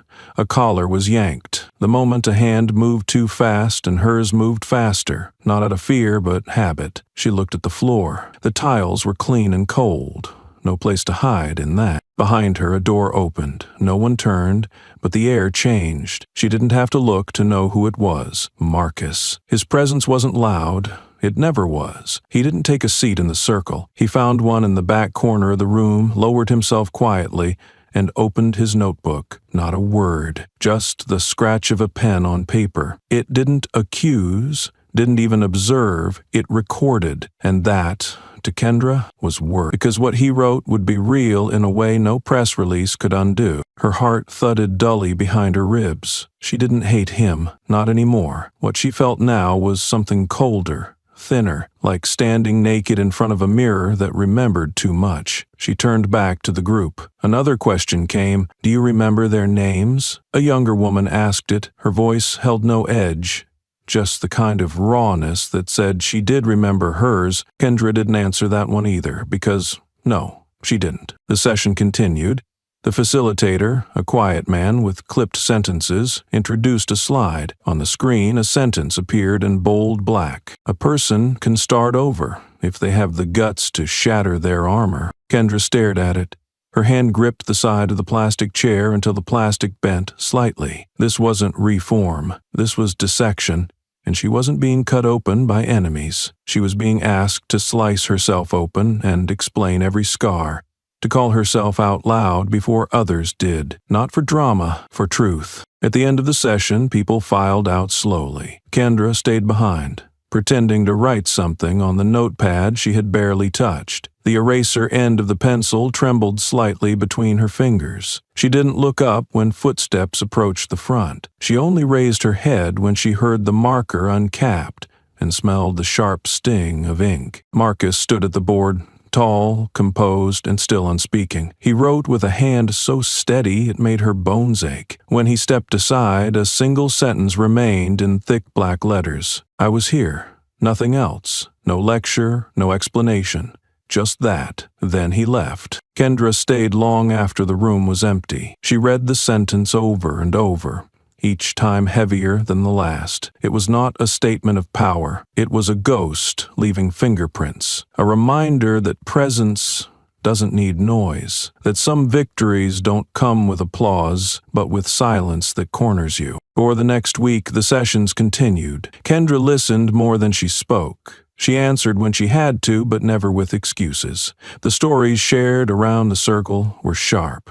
They cut close. A woman described being pulled over and watched like a bomb. A teenager spoke of walking home with a hood up and hands cold because they were afraid to put them in their pockets. Kendra sat through it all, her eyes front, her mouth set. She wasn't numb. She was learning how not to flinch when the knife of truth was passed to her. Marcus returned once more. Same seat, same silence. This time he didn't write, he just listened. When it was over, he left a sticky note on the whiteboard. Memory doesn't need forgiveness to stay useful. Kendra read it 3 times before taking it down. She folded it and put it in her jacket pocket. Later, alone, she replayed the moment that had started it all. The glove flying through the air, the ink soaking through the page, his eyes looking back at her not with rage, but a kind of surgical stillness. Now she understood why it had unnerved her. It hadn't been weakness. It had been clear. He had seen the whole of her,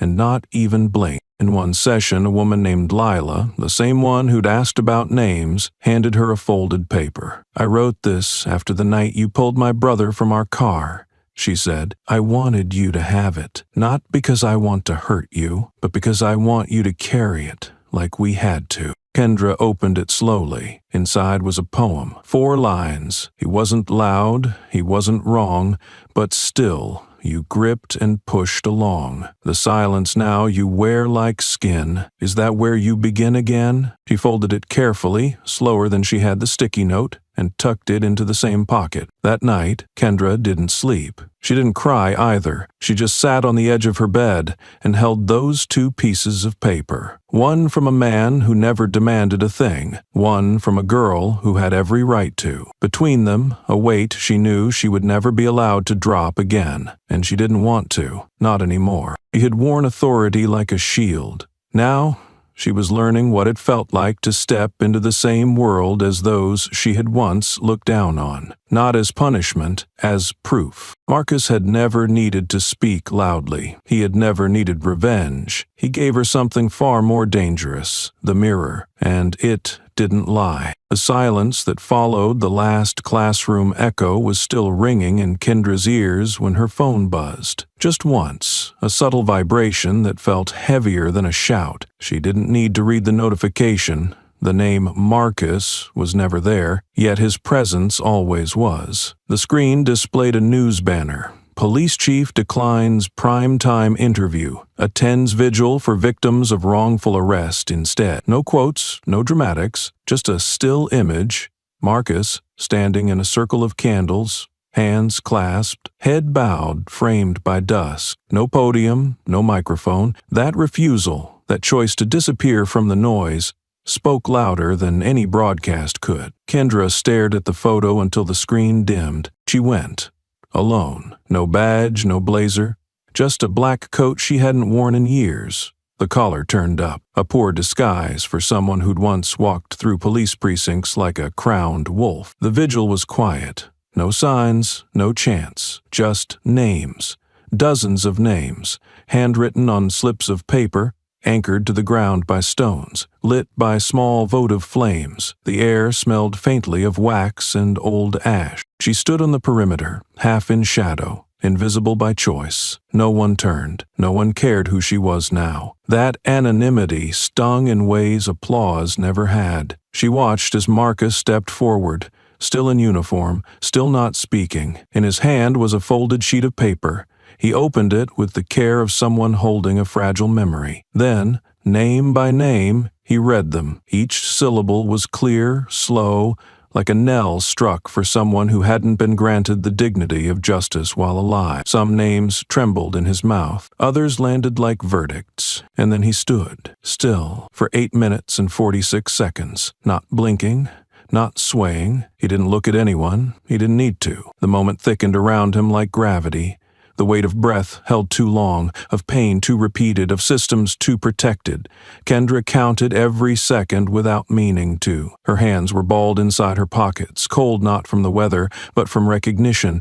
This wasn't a performance. It was conviction laid bare. When he stepped back, the crowd slowly dispersed. No claps, just nods. A silence that no longer felt like absence, but agreement. Kendra waited until nearly everyone was gone. She approached with measured steps, as if the ground might reject her for the things she'd once done in boots and pride. Marcus didn't move. He had his back to her, arms crossed loosely. When he finally turned, there was no surprise in his eyes. Just expectation. She opened her mouth, then closed it. The words had been loud in her head on the walk over. Now they are scattered. I used to think silence meant weakness, she said finally. Her voice cracked around the edges. I used to think yelling solved things.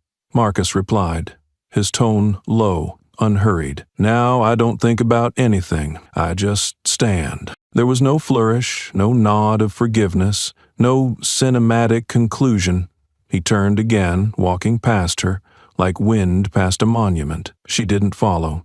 She couldn't, but for the first time her eyes didn't flare with defiance. They didn't narrow in on suspicion. They simply followed him, not in resistance, but in realization. Marcus didn't speak to reporters. Not after the vigil. Not after the memes, not after the board meetings where his name echoed down long halls like a warning. The press waited outside his office door for days. their microphones poised like knives. He walked past them, each time with the same still expression, not carved from arrogance but principle. The refusal to explain became, ironically, his most powerful message. Inside the department, however, the air shifted. Officers who once laughed openly at the video clips had grown quiet. The memes that once lit up group chats were replaced by silence. Not shame, not remorse, just unease. Because Marcus never corrected anyone, never demanded apologies. He simply showed up earlier than everyone, left later, and asked for results, without raising his voice once. That quiet set a new bar, and no one dared pretend not to notice. Indra, meanwhile, returned to work in a strange limbo. Her desk hadn't been reassigned, her badge still opened every door, but where there was once deference, now there was distance. Some colleagues nodded politely, others didn't look up. None dared speak about what had been seen and spread, but she felt it in the temperature of every room. She had been seen, not exposed by scandal, but by reflection. She sat through briefings like a ghost, absorbing reports without question, scribbling notes she'd never read. She was not suspended, she was not reprimanded, she was employed, but the ground beneath her no longer felt solid. It was one morning, gray and silent, when a file appeared on her desk. No name, no instruction, just a stack of community arrest reports, mostly dismissed, all with her initials stamped on the margins. On top of the pile, a sticky note, not for guilt, for clarity. There was no signature, but she didn't need one. She knew the handwriting. Marcus's strokes were always exact, never rushed, never showy. They were the kind of letters written by someone who wanted each word to carry its full weight. She opened the first file. A young man, 17, was arrested on loitering charges. He'd been standing outside a grocery store after school. She vaguely remembered the case. He had been mouthy. She'd added a line about potential gang association based on his hoodie and haircut. The charges were dropped 2 days later. Another file. A woman in her 30s, pulled over for a broken taillight. The citation turned into a search, the search into a night in holding. Nothing found. The complaint she filed had never reached her desk, until now. Each page turned like a slap in reverse, not for what she had done, but for how easily she had moved on after. Her hands grew still on the edges of paper, her breath shallow. These weren't violent crimes. They weren't even controversial at the time, but the weight wasn't in the severity. It was in the accumulation. It was in the indifference. Later that evening, she stood in front of a cracked mirror in the precinct bathroom. The light above flickered, catching on the scar near her eyebrow, which she had once worn like a badge of her toughness. She stared at her reflection, not for beauty, not for vanity, but for evidence, for something beneath the skin that could prove she hadn't always been like this. She found none. At home, her apartment felt smaller. She sat with the files, not to prepare a defense, but to understand. Page after page, she traced the outlines of her name like an archaeologist discovering ruins in her backyard. The shame didn't rise all at once. It leaked slowly, like ink from a cracked pen, staining everything it touched. Outside, the city still breathed. Protests had dwindled, hashtags faded, but Marcus hadn't. His image remained on posters not of his making. Children wore t-shirts with the phrase, "Command without shouting." His silence had become doctrine. His refusal to retaliate became the template. Kendra found herself not bitter, but bewildered. Why didn't he strike back? Why didn't he capitalize? But she knew the answer. Because Marcus never played by the rules of redemption offered by those who had written the system. He wasn't interested in being a hero. He was interested in being right, with no quotation marks around the truth. The next time she saw Marcus was not in a meeting, not behind a desk, not in the halls of the department, but at a community center in Southridge. He stood at the back of a small youth poetry night, arms folded, listening. He wasn't listed on the flyer. No press accompanied him. He simply stood, watching a young girl perform a spoken word piece about what it felt like to be followed through a store by someone with a badge. The rhythm was raw. The words cracked with vulnerability. He didn't flinch. Once, Kendra hadn't meant to be there. She was following a lead for a neighborhood patrol review. But when she spotted him from across the room, something made her stay. She remained in the shadows. Again, not wearing her uniform. Her badge stayed in her purse. At the end of the evening, Marcus clapped once. Softly, deliberately, the kind of clap that didn't command attention but respect. The girl on stage looked relieved, then proud. The room never noticed that the highest-ranking officer in the district had been present. That was the point. As the crowd trickled out, Kendra approached him slowly, unsure whether this counted as intrusion or penance. "You always show up when no one's watching," she said quietly. Marcus turned, not startled. The moments that matter most are usually the ones nobody records. It wasn't a rebuke, it wasn't a lesson. It was just truth, blunt and irrefutable. She looked at him, tried to find something in his face. Anger, pity, anything. But there was only the calm of a man who didn't need her to change for his peace to remain intact. He adjusted the sleeves of his coat. "You still carrying the files?" She nodded. He looked her dead in the eye. "Good. Just don't carry them like weight. Carry them like maps." And he left, just like that. No moral, no lecture, only a parting gift in the form of a sentence that rang louder in her chest than any punishment could. That night, Kendra sat in her apartment and opened one of the older files again. A boy was arrested for trespassing in a public park after hours. His name had been Marcus D. Clay. Not her, Marcus, not the chief, but someone else whose charges had been dismissed after one night in holding. She hadn't remembered him at all.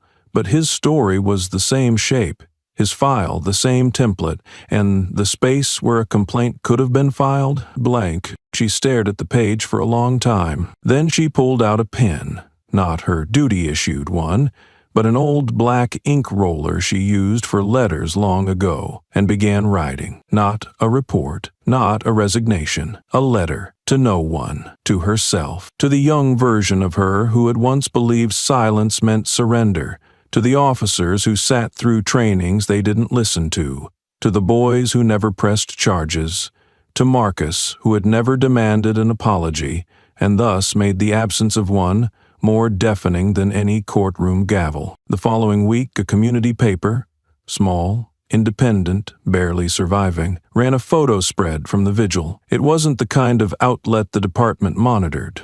No circulation on the upper floors. But somehow, a copy found its way onto the corkboard in the precinct's kitchen, thumbtacked in between an outdated bake sale flyer and a long-forgotten missing pet notice. The centerpiece was a black-and-white photo.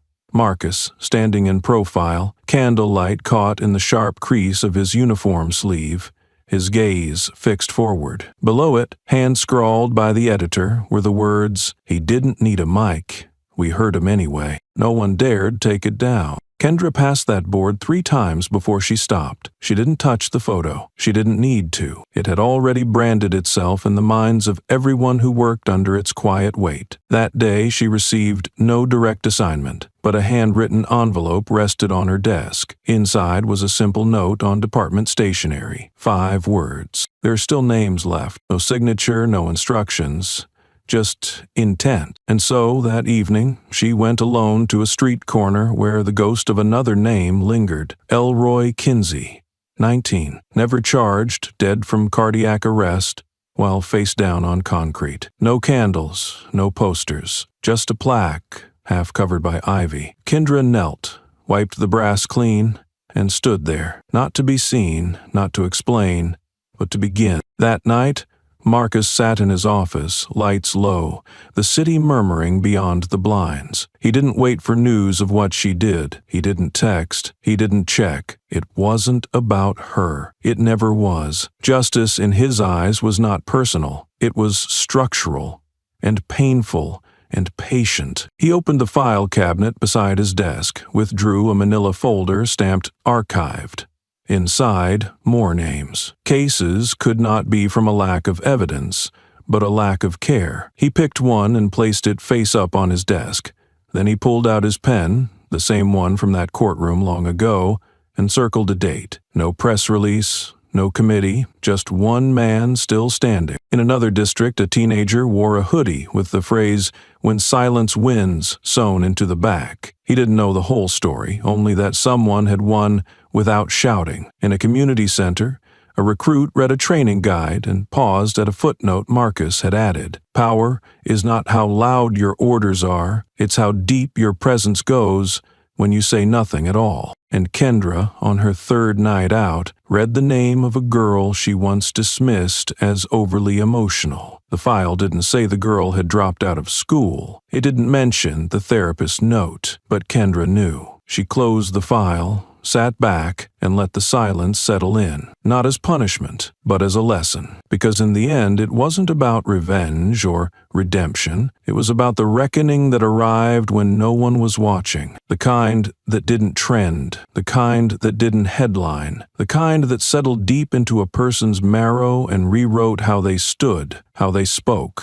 how they remembered. And in that, Marcus stood taller than any camera could capture. He didn't rise because he wanted to. He rose because someone had to. And when the rest of the world moved on, calculating profit and optics, he remained present, unshaken, and, most dangerously of all to the old order, unbought. The air that morning felt dishonest, brisk, too clean, like the city had scrubbed itself of everything inconvenient overnight. Kendra stood in front of the precinct, shoulders square, coat zipped, but the weight didn't come from fabric. It came from the silence. There were no protests, no photographers, no accusatory glares, but there was no nod of acknowledgement either. Her exit was not scandalous. It was sterile. She had received the memo 2 days prior.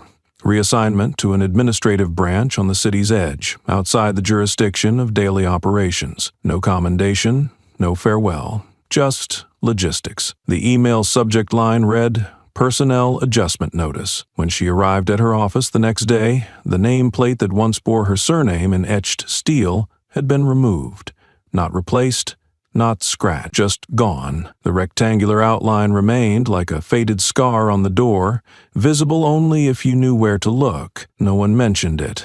Not even her assistant, who had taken her coffee order daily for years, bothered to meet her eyes. She walked through the halls not like a ghost, but like someone whose invitation had been silently revoked. Conversations that once paused when she entered now continued uninterrupted, not in defiance, but in disregard. She had become white noise in a building that once tilted toward her like steel toward a magnet. She made it to her desk. Files were stacked, sealed, not sensitive, not urgent, logistical. Reassignments, budget sheets, and parking disputes. Her title still read Lieutenant on the payroll, but it may as well have said paperweight. Around noon, she walked into the break room. It had changed. The whiteboard where she once barked shift notes was now filled with birthday doodles and potluck invites. Her marker, the red one, was nowhere in sight. A young officer, fresh academy, looked at her like a substitute teacher who had overstayed. "Lieutenant," he said, not with respect or spite, just habit. Then he turned back to his sandwich. On the way out, she passed by Officer Lane, once her closest peer. They had shared drinks, covered for each other, and survived riots side by side. Now, he couldn't meet her eyes. "Lane," she said softly. He sighed, a long, tired breath. "I'm sorry, Kendra. I can't stand next to you right now." It wasn't said cruelly. That made it worse. It was honest, it was cold, and it landed heavier than any reprimand from a captain. Back at her desk, she refreshed the internal department site. Her name was no longer listed under active field personnel. It hadn't been archived, just removed, like a detail in a report deemed irrelevant. She stared at the blank wall behind her monitor. A week ago, her commendations had been there. She had taken them down herself before anyone could be asked to, not out of shame, out of a need to own the vanishing. She started noticing more absences.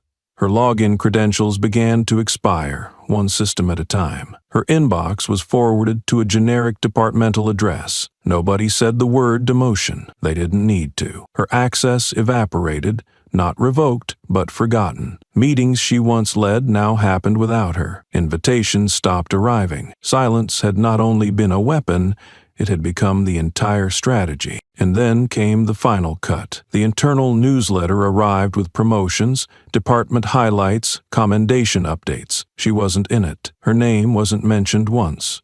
Not even under past achievements. She was no longer a cautionary tale. She was a deleted tab, the kind of history that bureaucracies manufacture by omission, and that, somehow, cut deeper than any censure ever could. At her final walk down the precinct steps, her coat weighed heavier than usual, not from items in her pockets, from everything she didn't carry out with her. No badge display, no goodbye speeches, no badge-to-watch handshake. The front desk clerk didn't look up. The doors didn't pause. And then, at the bottom of the steps, she saw her. A little black girl, maybe 10, in a puffy jacket and scuffed sneakers. She wasn't crying, she wasn't smiling, just watching. Her eyes locked onto Kendra's with quiet focus.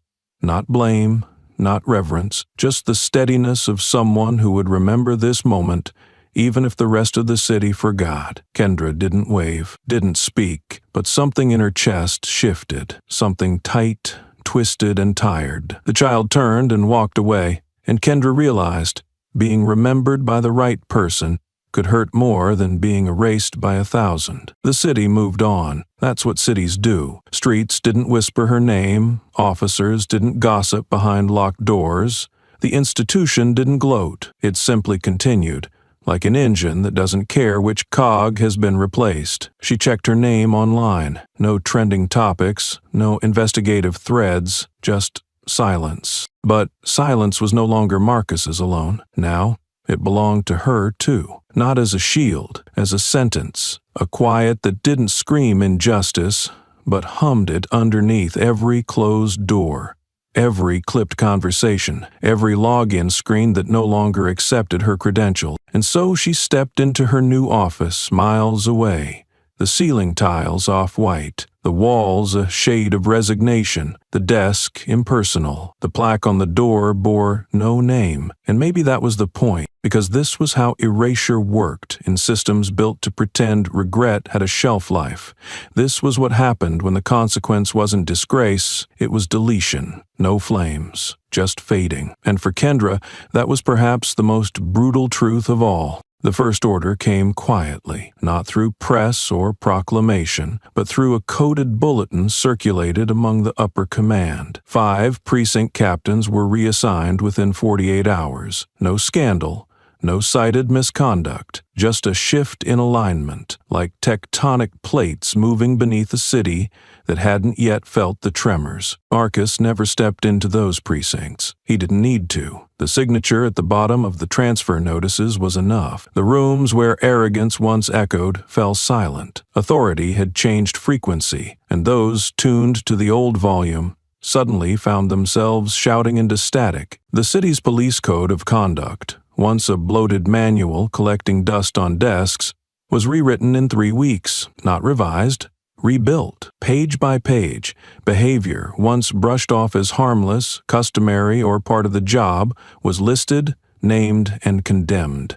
Casual biases, coercive phrasing, stops without cause, dismissive language toward civilians. Every example was traced back to internal cases. Most originated from the legacy of a single pattern, the incidents buried, delayed, or excused under Kendra's tenure. Her name was never printed, but her fingerprints were on every clause. Marcus didn't lecture, he redrafted. In the margins of every directive he wrote in ink, not bold, not highlighted, just permanent. Respect is not a suggestion.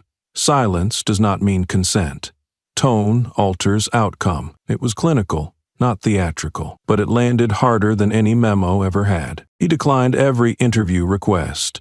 Reporters lingered outside the precinct, hoping for a quote, a soundbite, a stare-down. Marcus walked past them as if they didn't exist. When the city demanded leadership, he directed the microphone, not to politicians, but to people, neighborhood residents, victims of profiling, and families of the falsely accused. They took the podium. Marcus sat in the crowd, listening. His power was not in his voice, but in his decision not to use it when others needed it more. At a community forum, a young black woman recounted being stopped 5 times in 1 month near her college dorm. She had names, she had dates, she had badge numbers, and she read them out loud. No apology followed, but that wasn't the point. The silence after her final word was longer than any apology could have stretched. Inside internal review meetings, veteran officers squirmed. Not because Marcus threatened them. He didn't need to. The new system didn't punish intention, it punished repetition. Those who refused to learn were rotated out. No ceremony, no appeals, just accountability with the warmth removed. One officer muttered to another, "He's gutting the whole machine." Marcus, walking past, heard it. He paused, looked directly at the man, and said calmly, "I'm not gutting it. I'm removing the rust you refused to admit was there." In his official report to federal oversight, he began not with data, but with one sentence. Reform did not begin as strategy, it began as consequence. Of one act, on one day. That none of us could deny. The pages that followed were brutal in their clarity.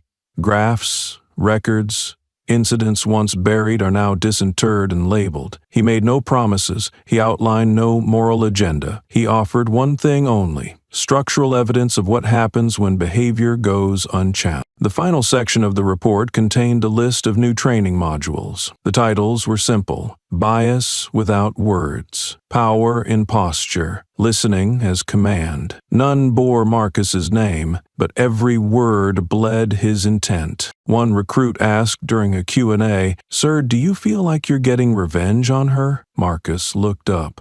His gaze was flat. Not annoyed, just exact. "No," he said. "Revenge is what you take after the damage. This is what you do to stop the collapse." He never raised his voice, but the entire room felt smaller after he spoke. Weeks passed. Policies hardened into routine. Officers began reviewing body cam footage, not just to cover themselves, but to observe their tone. Language shifted, shortened, cleaned. Field complaints dropped. Community attendance at meetings rose. The public trust didn't rebound overnight, but it stopped falling. Marcus never took credit. He didn't step in front of cameras. He didn't cut ribbons. When a street mural was painted outside the Southside station, 2 figures facing each other, one in uniform, one in civilian clothes, eyes level, he walked past it without pause. But he left a note under a nearby rock. Honor doesn't look up. It meets you at eye level. Meanwhile, Kendra watched from her new post. Administrative, invisible. She read the memos, saw the headlines, saw the shift, and for the first time, she understood what it meant to lose not just position, but narrative. The city had moved on without rewriting her chapter. It simply stopped citing it. She had not been vilified. She had been filed away. But in every corner of the precinct, change unfolded not as revolution, but as architecture. Steel beams replacing rot. New floors were laid where old blood had dried. The structure stood, but now it listened. And it listened because one man never shouted. He didn't need to. Because when the system finally bent its ear toward justice, it wasn't the noise it responded to, it was the silence that had stared too long to be ignored. The conference room smelled like polished silence. Thick wood, deeper than authority, lined the walls. A long table, oval, sterile, rehearsed, was surrounded by people whose names had appeared on press releases more times than they had stood on a street corner with a civilian. They sat straight, they took notes. They had survived scandals by ducking when the wind shifted, but today the air wasn't moving. Marcus didn't sit. He stood at the far end of the room, no slides, no charts, no digital presentations, just a single sheet of paper folded twice in his left hand. His presence filled the room. Not loud, not large, but exact. He looked around the table slowly, like measuring weight, not presence. And then he asked, "Who was the first to see her do wrong?" and said nothing. The sentence was a scalpel. No name, no accusation, no date. Yet every face tightened. Every breath became careful. No one moved. No one blinked fast enough. The question didn't ask for guilt. It asked for memory, and memory in that room was dangerous. One senior officer shifted in his chair. Another cleared her throat but swallowed the impulse. A younger member reached for a water bottle and missed the cap twice. One man, Lieutenant Grayson, stood up slowly, said he had an emergency call, and left. He didn't come back. Marcus didn't repeat the question. He let it sit, a slow poison in the bloodstream of bureaucratic muscle. Then, with his voice firm but even, he said, "We are not expected to regret not stopping her. We are expected to regret that we allowed it to become normal." He unfolded the paper, didn't read from it, just held it as if it were a mirror, then placed it face down on the table, blank side up, a symbol of what had been hidden in plain sight. The room remained still, not out of respect, out of fear. Not fear of punishment, but of reflection. The meeting ended without adjournment. People left one by one, shoes too loud on the marble floor. Marcus didn't leave right away. He sat alone for a moment, staring at the chair Kendra used to occupy in earlier meetings. Not with hate, not with nostalgia, but with the kind of gaze that refuses to let history get rewritten in whispers. The next day, an assistant who had transcribed the meeting anonymously sent a clip of the audio to a political podcast focused on institutional ethics. The host played the question, paused for effect, and simply asked the audience, "What would you have said?" The episode went viral, not through clicks or outrage, but through debate. The question, "Who saw it?" and said nothing, became a thesis, a tweet thread, a speech opener. Within a week, the media dubbed it the Marcus question. It made its way into editorials. An op-ed in the New York Tribune titled "The Lie of Collective Innocence" quoted it in full. It was discussed in classrooms. A student at Eastbridge Law used it as the centerpiece of her dissertation on institutional complicity. The dean approved its inclusion in the following semester's ethics exam. About the Marcus question, analyze how silence becomes structure. People argued about it not because it was vague, but because it was personal. It didn't point fingers, it forced mirrors. Civilians who once idolized the badge were now dissecting its silences.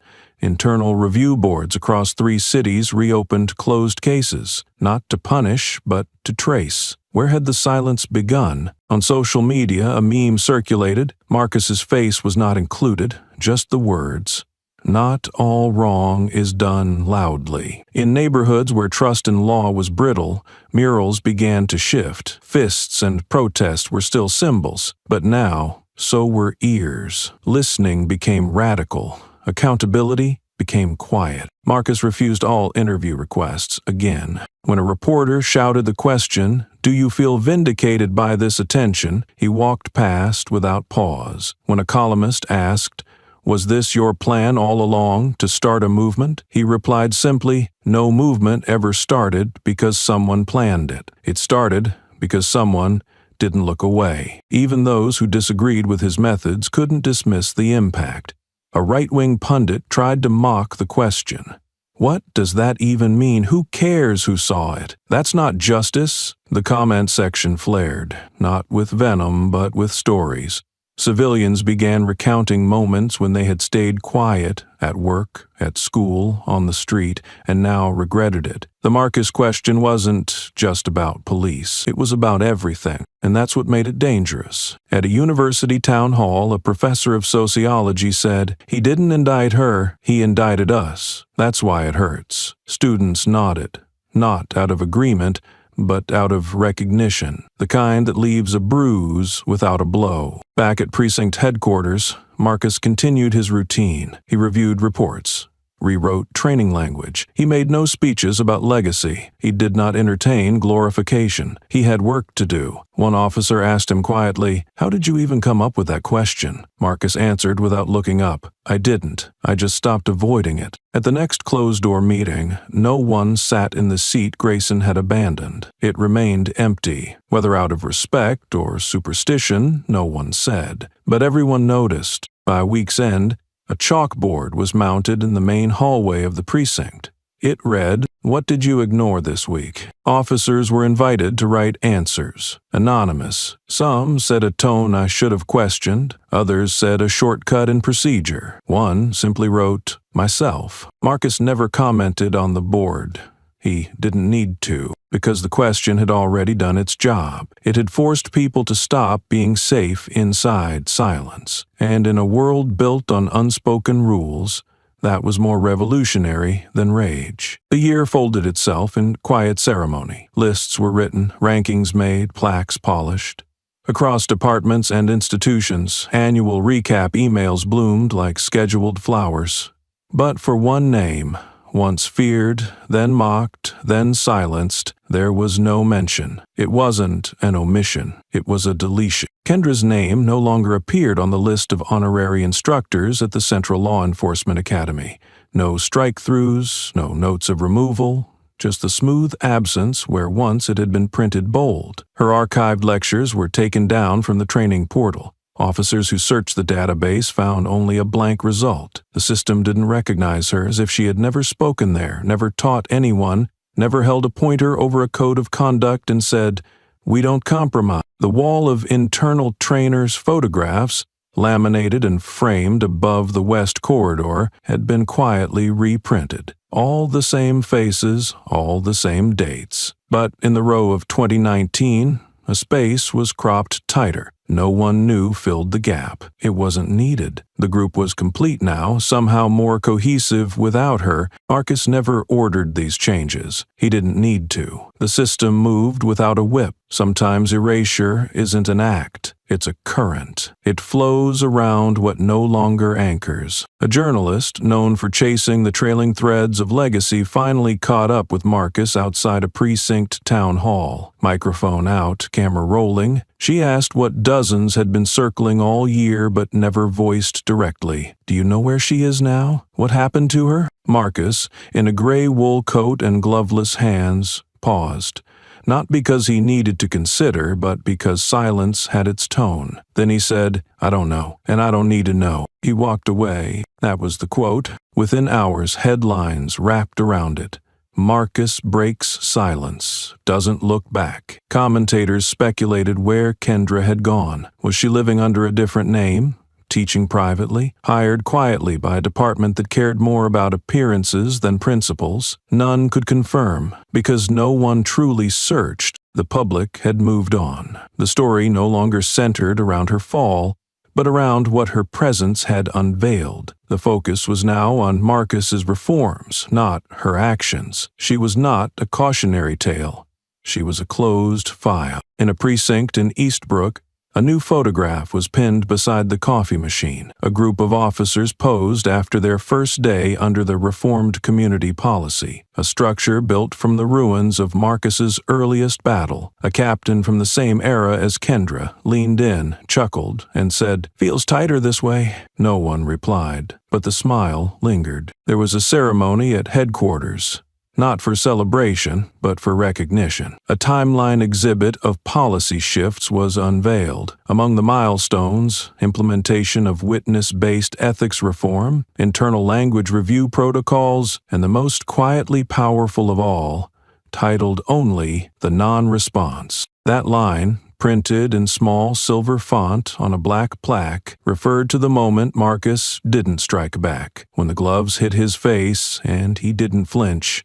That moment became doctrine. It was taught now, not as martyrdom, but as restraint, the weapon that burned slower, deeper. At a journalism awards gala, a video montage highlighted the top stories of the year. One scene, the silent courtroom, the ink blot, the stolen breath, was titled "The Beginning of the End." Not the end of Kendra. The end of pretending silence meant nothing. Marcus, asked to write a final commentary for a policy journal, submitted a 300-word piece titled, "Forgiveness is not infinite." It read in part, "We teach our children that to forgive is noble, but nobility without boundaries is surrender. Systems built on endless second chances for the powerful, but zero for the forgotten, are not merciful. They are fraudulent. I did not refuse to forgive her. I refused to let forgiveness replace accountability. Some names do not need to be stained in history. They simply need to stop being repeated. The editorial board printed it unedited. 1 week later, in an internal cleanup effort, Marcus's office cleared out duplicate files, old logs, and irrelevant footage. They found an early draft of the internal report from the year prior, one where Kendra's name had been flagged over 22 times for interpersonal conduct review. The reviewer had never escalated the file. That reviewer, now retired, called Marcus privately and apologized. "I didn't think it would get this far,"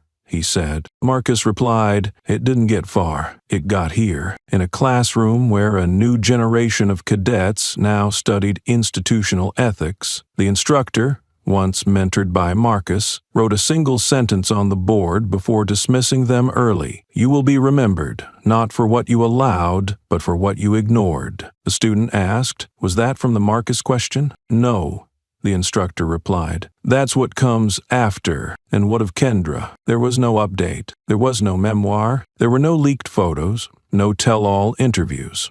Not because she didn't want them, but because no one asked. Her relevance had expired not through vengeance, but through evaporation. And that, perhaps more than punishment, more than exposure, was the final act of judgment. No longer remembered as villain or victim, but not remembered at all. She existed now only in footnotes. Her actions had sparked reform, but her name had been left behind in the fire. In the station, on the wall where the history of the force was etched, one photo remained unchanged. The moment Marcus stood silent in the courtroom, eyes locked forward, unmoved by rage. A small child had drawn beneath it in marker, "The man who didn't need to yell." Kendra's name wasn't crossed out. It simply wasn't there. The room held no music, no ceremonial trumpet, no flashing lights or patriotic montage. It didn't need them. Because when Marcus stepped to the podium at the National Conference on Police Reform, the silence was already louder than any anthem. He didn't open with a joke. He didn't thank a long list of committees. He simply looked out at the rows of senior officials, civil rights advocates, press members, and survivors. Then he said, "I didn't come here to win. I came to tell you. I stayed." No one moved. It wasn't a punchline. It was a thesis. Marcus had not become a celebrity. He had not written a memoir. He had not signed with a political party or accepted a foundation in his name. He still wore the same cut of suit, still took the same train, still wrote with the same fountain pen in a notebook that didn't have his initials. But everything else had changed. Behind him on the projector screen was a still image, a man seated, face calm, sleeves stained with ink, unmoving as a glove flew at him across a courtroom. In the foreground, Kendra, frozen mid-mater. The caption beneath it read, "The man who didn't raise his voice, but raised a standard." It had been almost 2 years since that day. The moment is now taught in training manuals, referenced in law school lectures, and quoted by trauma response teams. But Marcus had never spoken about it in public until now. "People ask me," he said, turning slightly, "if I forgave that moment, that slap without a hand, that cut that didn't bleed." He paused. "I didn't. Because I don't owe forgiveness to the act. What I owe is to myself, not to let it define me. I refuse to be reduced to that clip. Because we already had enough black men in viral videos, I wanted to become the first one who didn't flinch and still rewrote policy." Cameras clicked. No one clapped. It wasn't time. He continued, walking away from the microphone but not lowering his voice. "We built a system that rewards shouting but ignores silence. I wasn't silent because I was weak. I was silent because I was tired of being expected to make a scene to prove I had been wronged." His eyes swept the room, tired of turning my pain into teachable content. He flipped open a small folder. Inside, a single page. No graphs, no budget plans, just a sentence. "Courage is not the absence of fear. It's the refusal to let fear become tradition." The crowd shifted. Some crossed arms, others leaned forward. Then came the question everyone was too careful to ask on record, but someone from the press, younger and unpolished, finally did. Her voice cracked slightly. When you talk about not letting that attack define you, was that forgiveness? Marcus looked directly at her. No, he said. That was boundaries. I can understand what led someone to harm. I can understand their shame, but understanding doesn't demand absolution. And no, I don't think she's evil. I think she's a product of a system we designed and ignored. But I also think people make choices, and she made hers, and I made mine. He closed the folder. They call it the Marcus Standard now, he said, half smiling. But it's not a doctrine. It's just a question. Will you still stand when no one's clapping back? Will you still lead when no one's filming? There was no applause, only stillness. And that stillness, like a breath held too long, was more honest than any roar. After the closing panel, as people gathered coats and shook hands, Marcus slipped out through a side door. He had no entourage, no press team, no one to shield him from questions, but none came. Instead, as he walked down the granite steps of the Capitol Hall, people stopped talking, phones lowered, lanyards were clutched but not waved, and then, without cue, attendees began to rise from their seats and follow him out, one by one, in silence. It was not a protest. It was a witness. Outside, the evening air was heavy with the scent of winter just waiting to drop. Marcus zipped up his coat. A reporter jogged after him, still holding a notebook. Final question, sir. What do you call all of this? He turned, gently, not annoyed. I call it unfinished. Then he kept walking. He didn't speak again that night. But 3 days later, a video from the conference surfaced. Not official footage, a phone recording from someone in the back row. It showed Marcus at the podium, speaking the first words. I didn't come here to win. I came to tell you. I stayed. That clip didn't go viral the way the courtroom clip had. No memes, no TikToks. But it traveled through inboxes, through lectures, through Sunday sermons and school assemblies, through unions and town halls, because there was something in that line that didn't try to inspire, it tried to stay, and it did. Months later, in a small-town precinct far from any capital, a new officer sat through his first ethics class. The instructor, trained under the new federal protocols, wrote only one sentence on the board. Be the voice that doesn't need to raise itself. The young officer raised his hand. Is that from Marcus? The instructor shook his head. It's from a man who just didn't leave. And somewhere else, maybe across the city, maybe halfway across the country, Marcus closed a worn notebook with a ribbon bound at the side. He didn't read the articles. He didn't follow the hashtags. He only wrote one more line at the bottom of the last page. The job was never to win. The job was to stay standing until someone else didn't have to fight just to be heard. And then he stood and walked forward.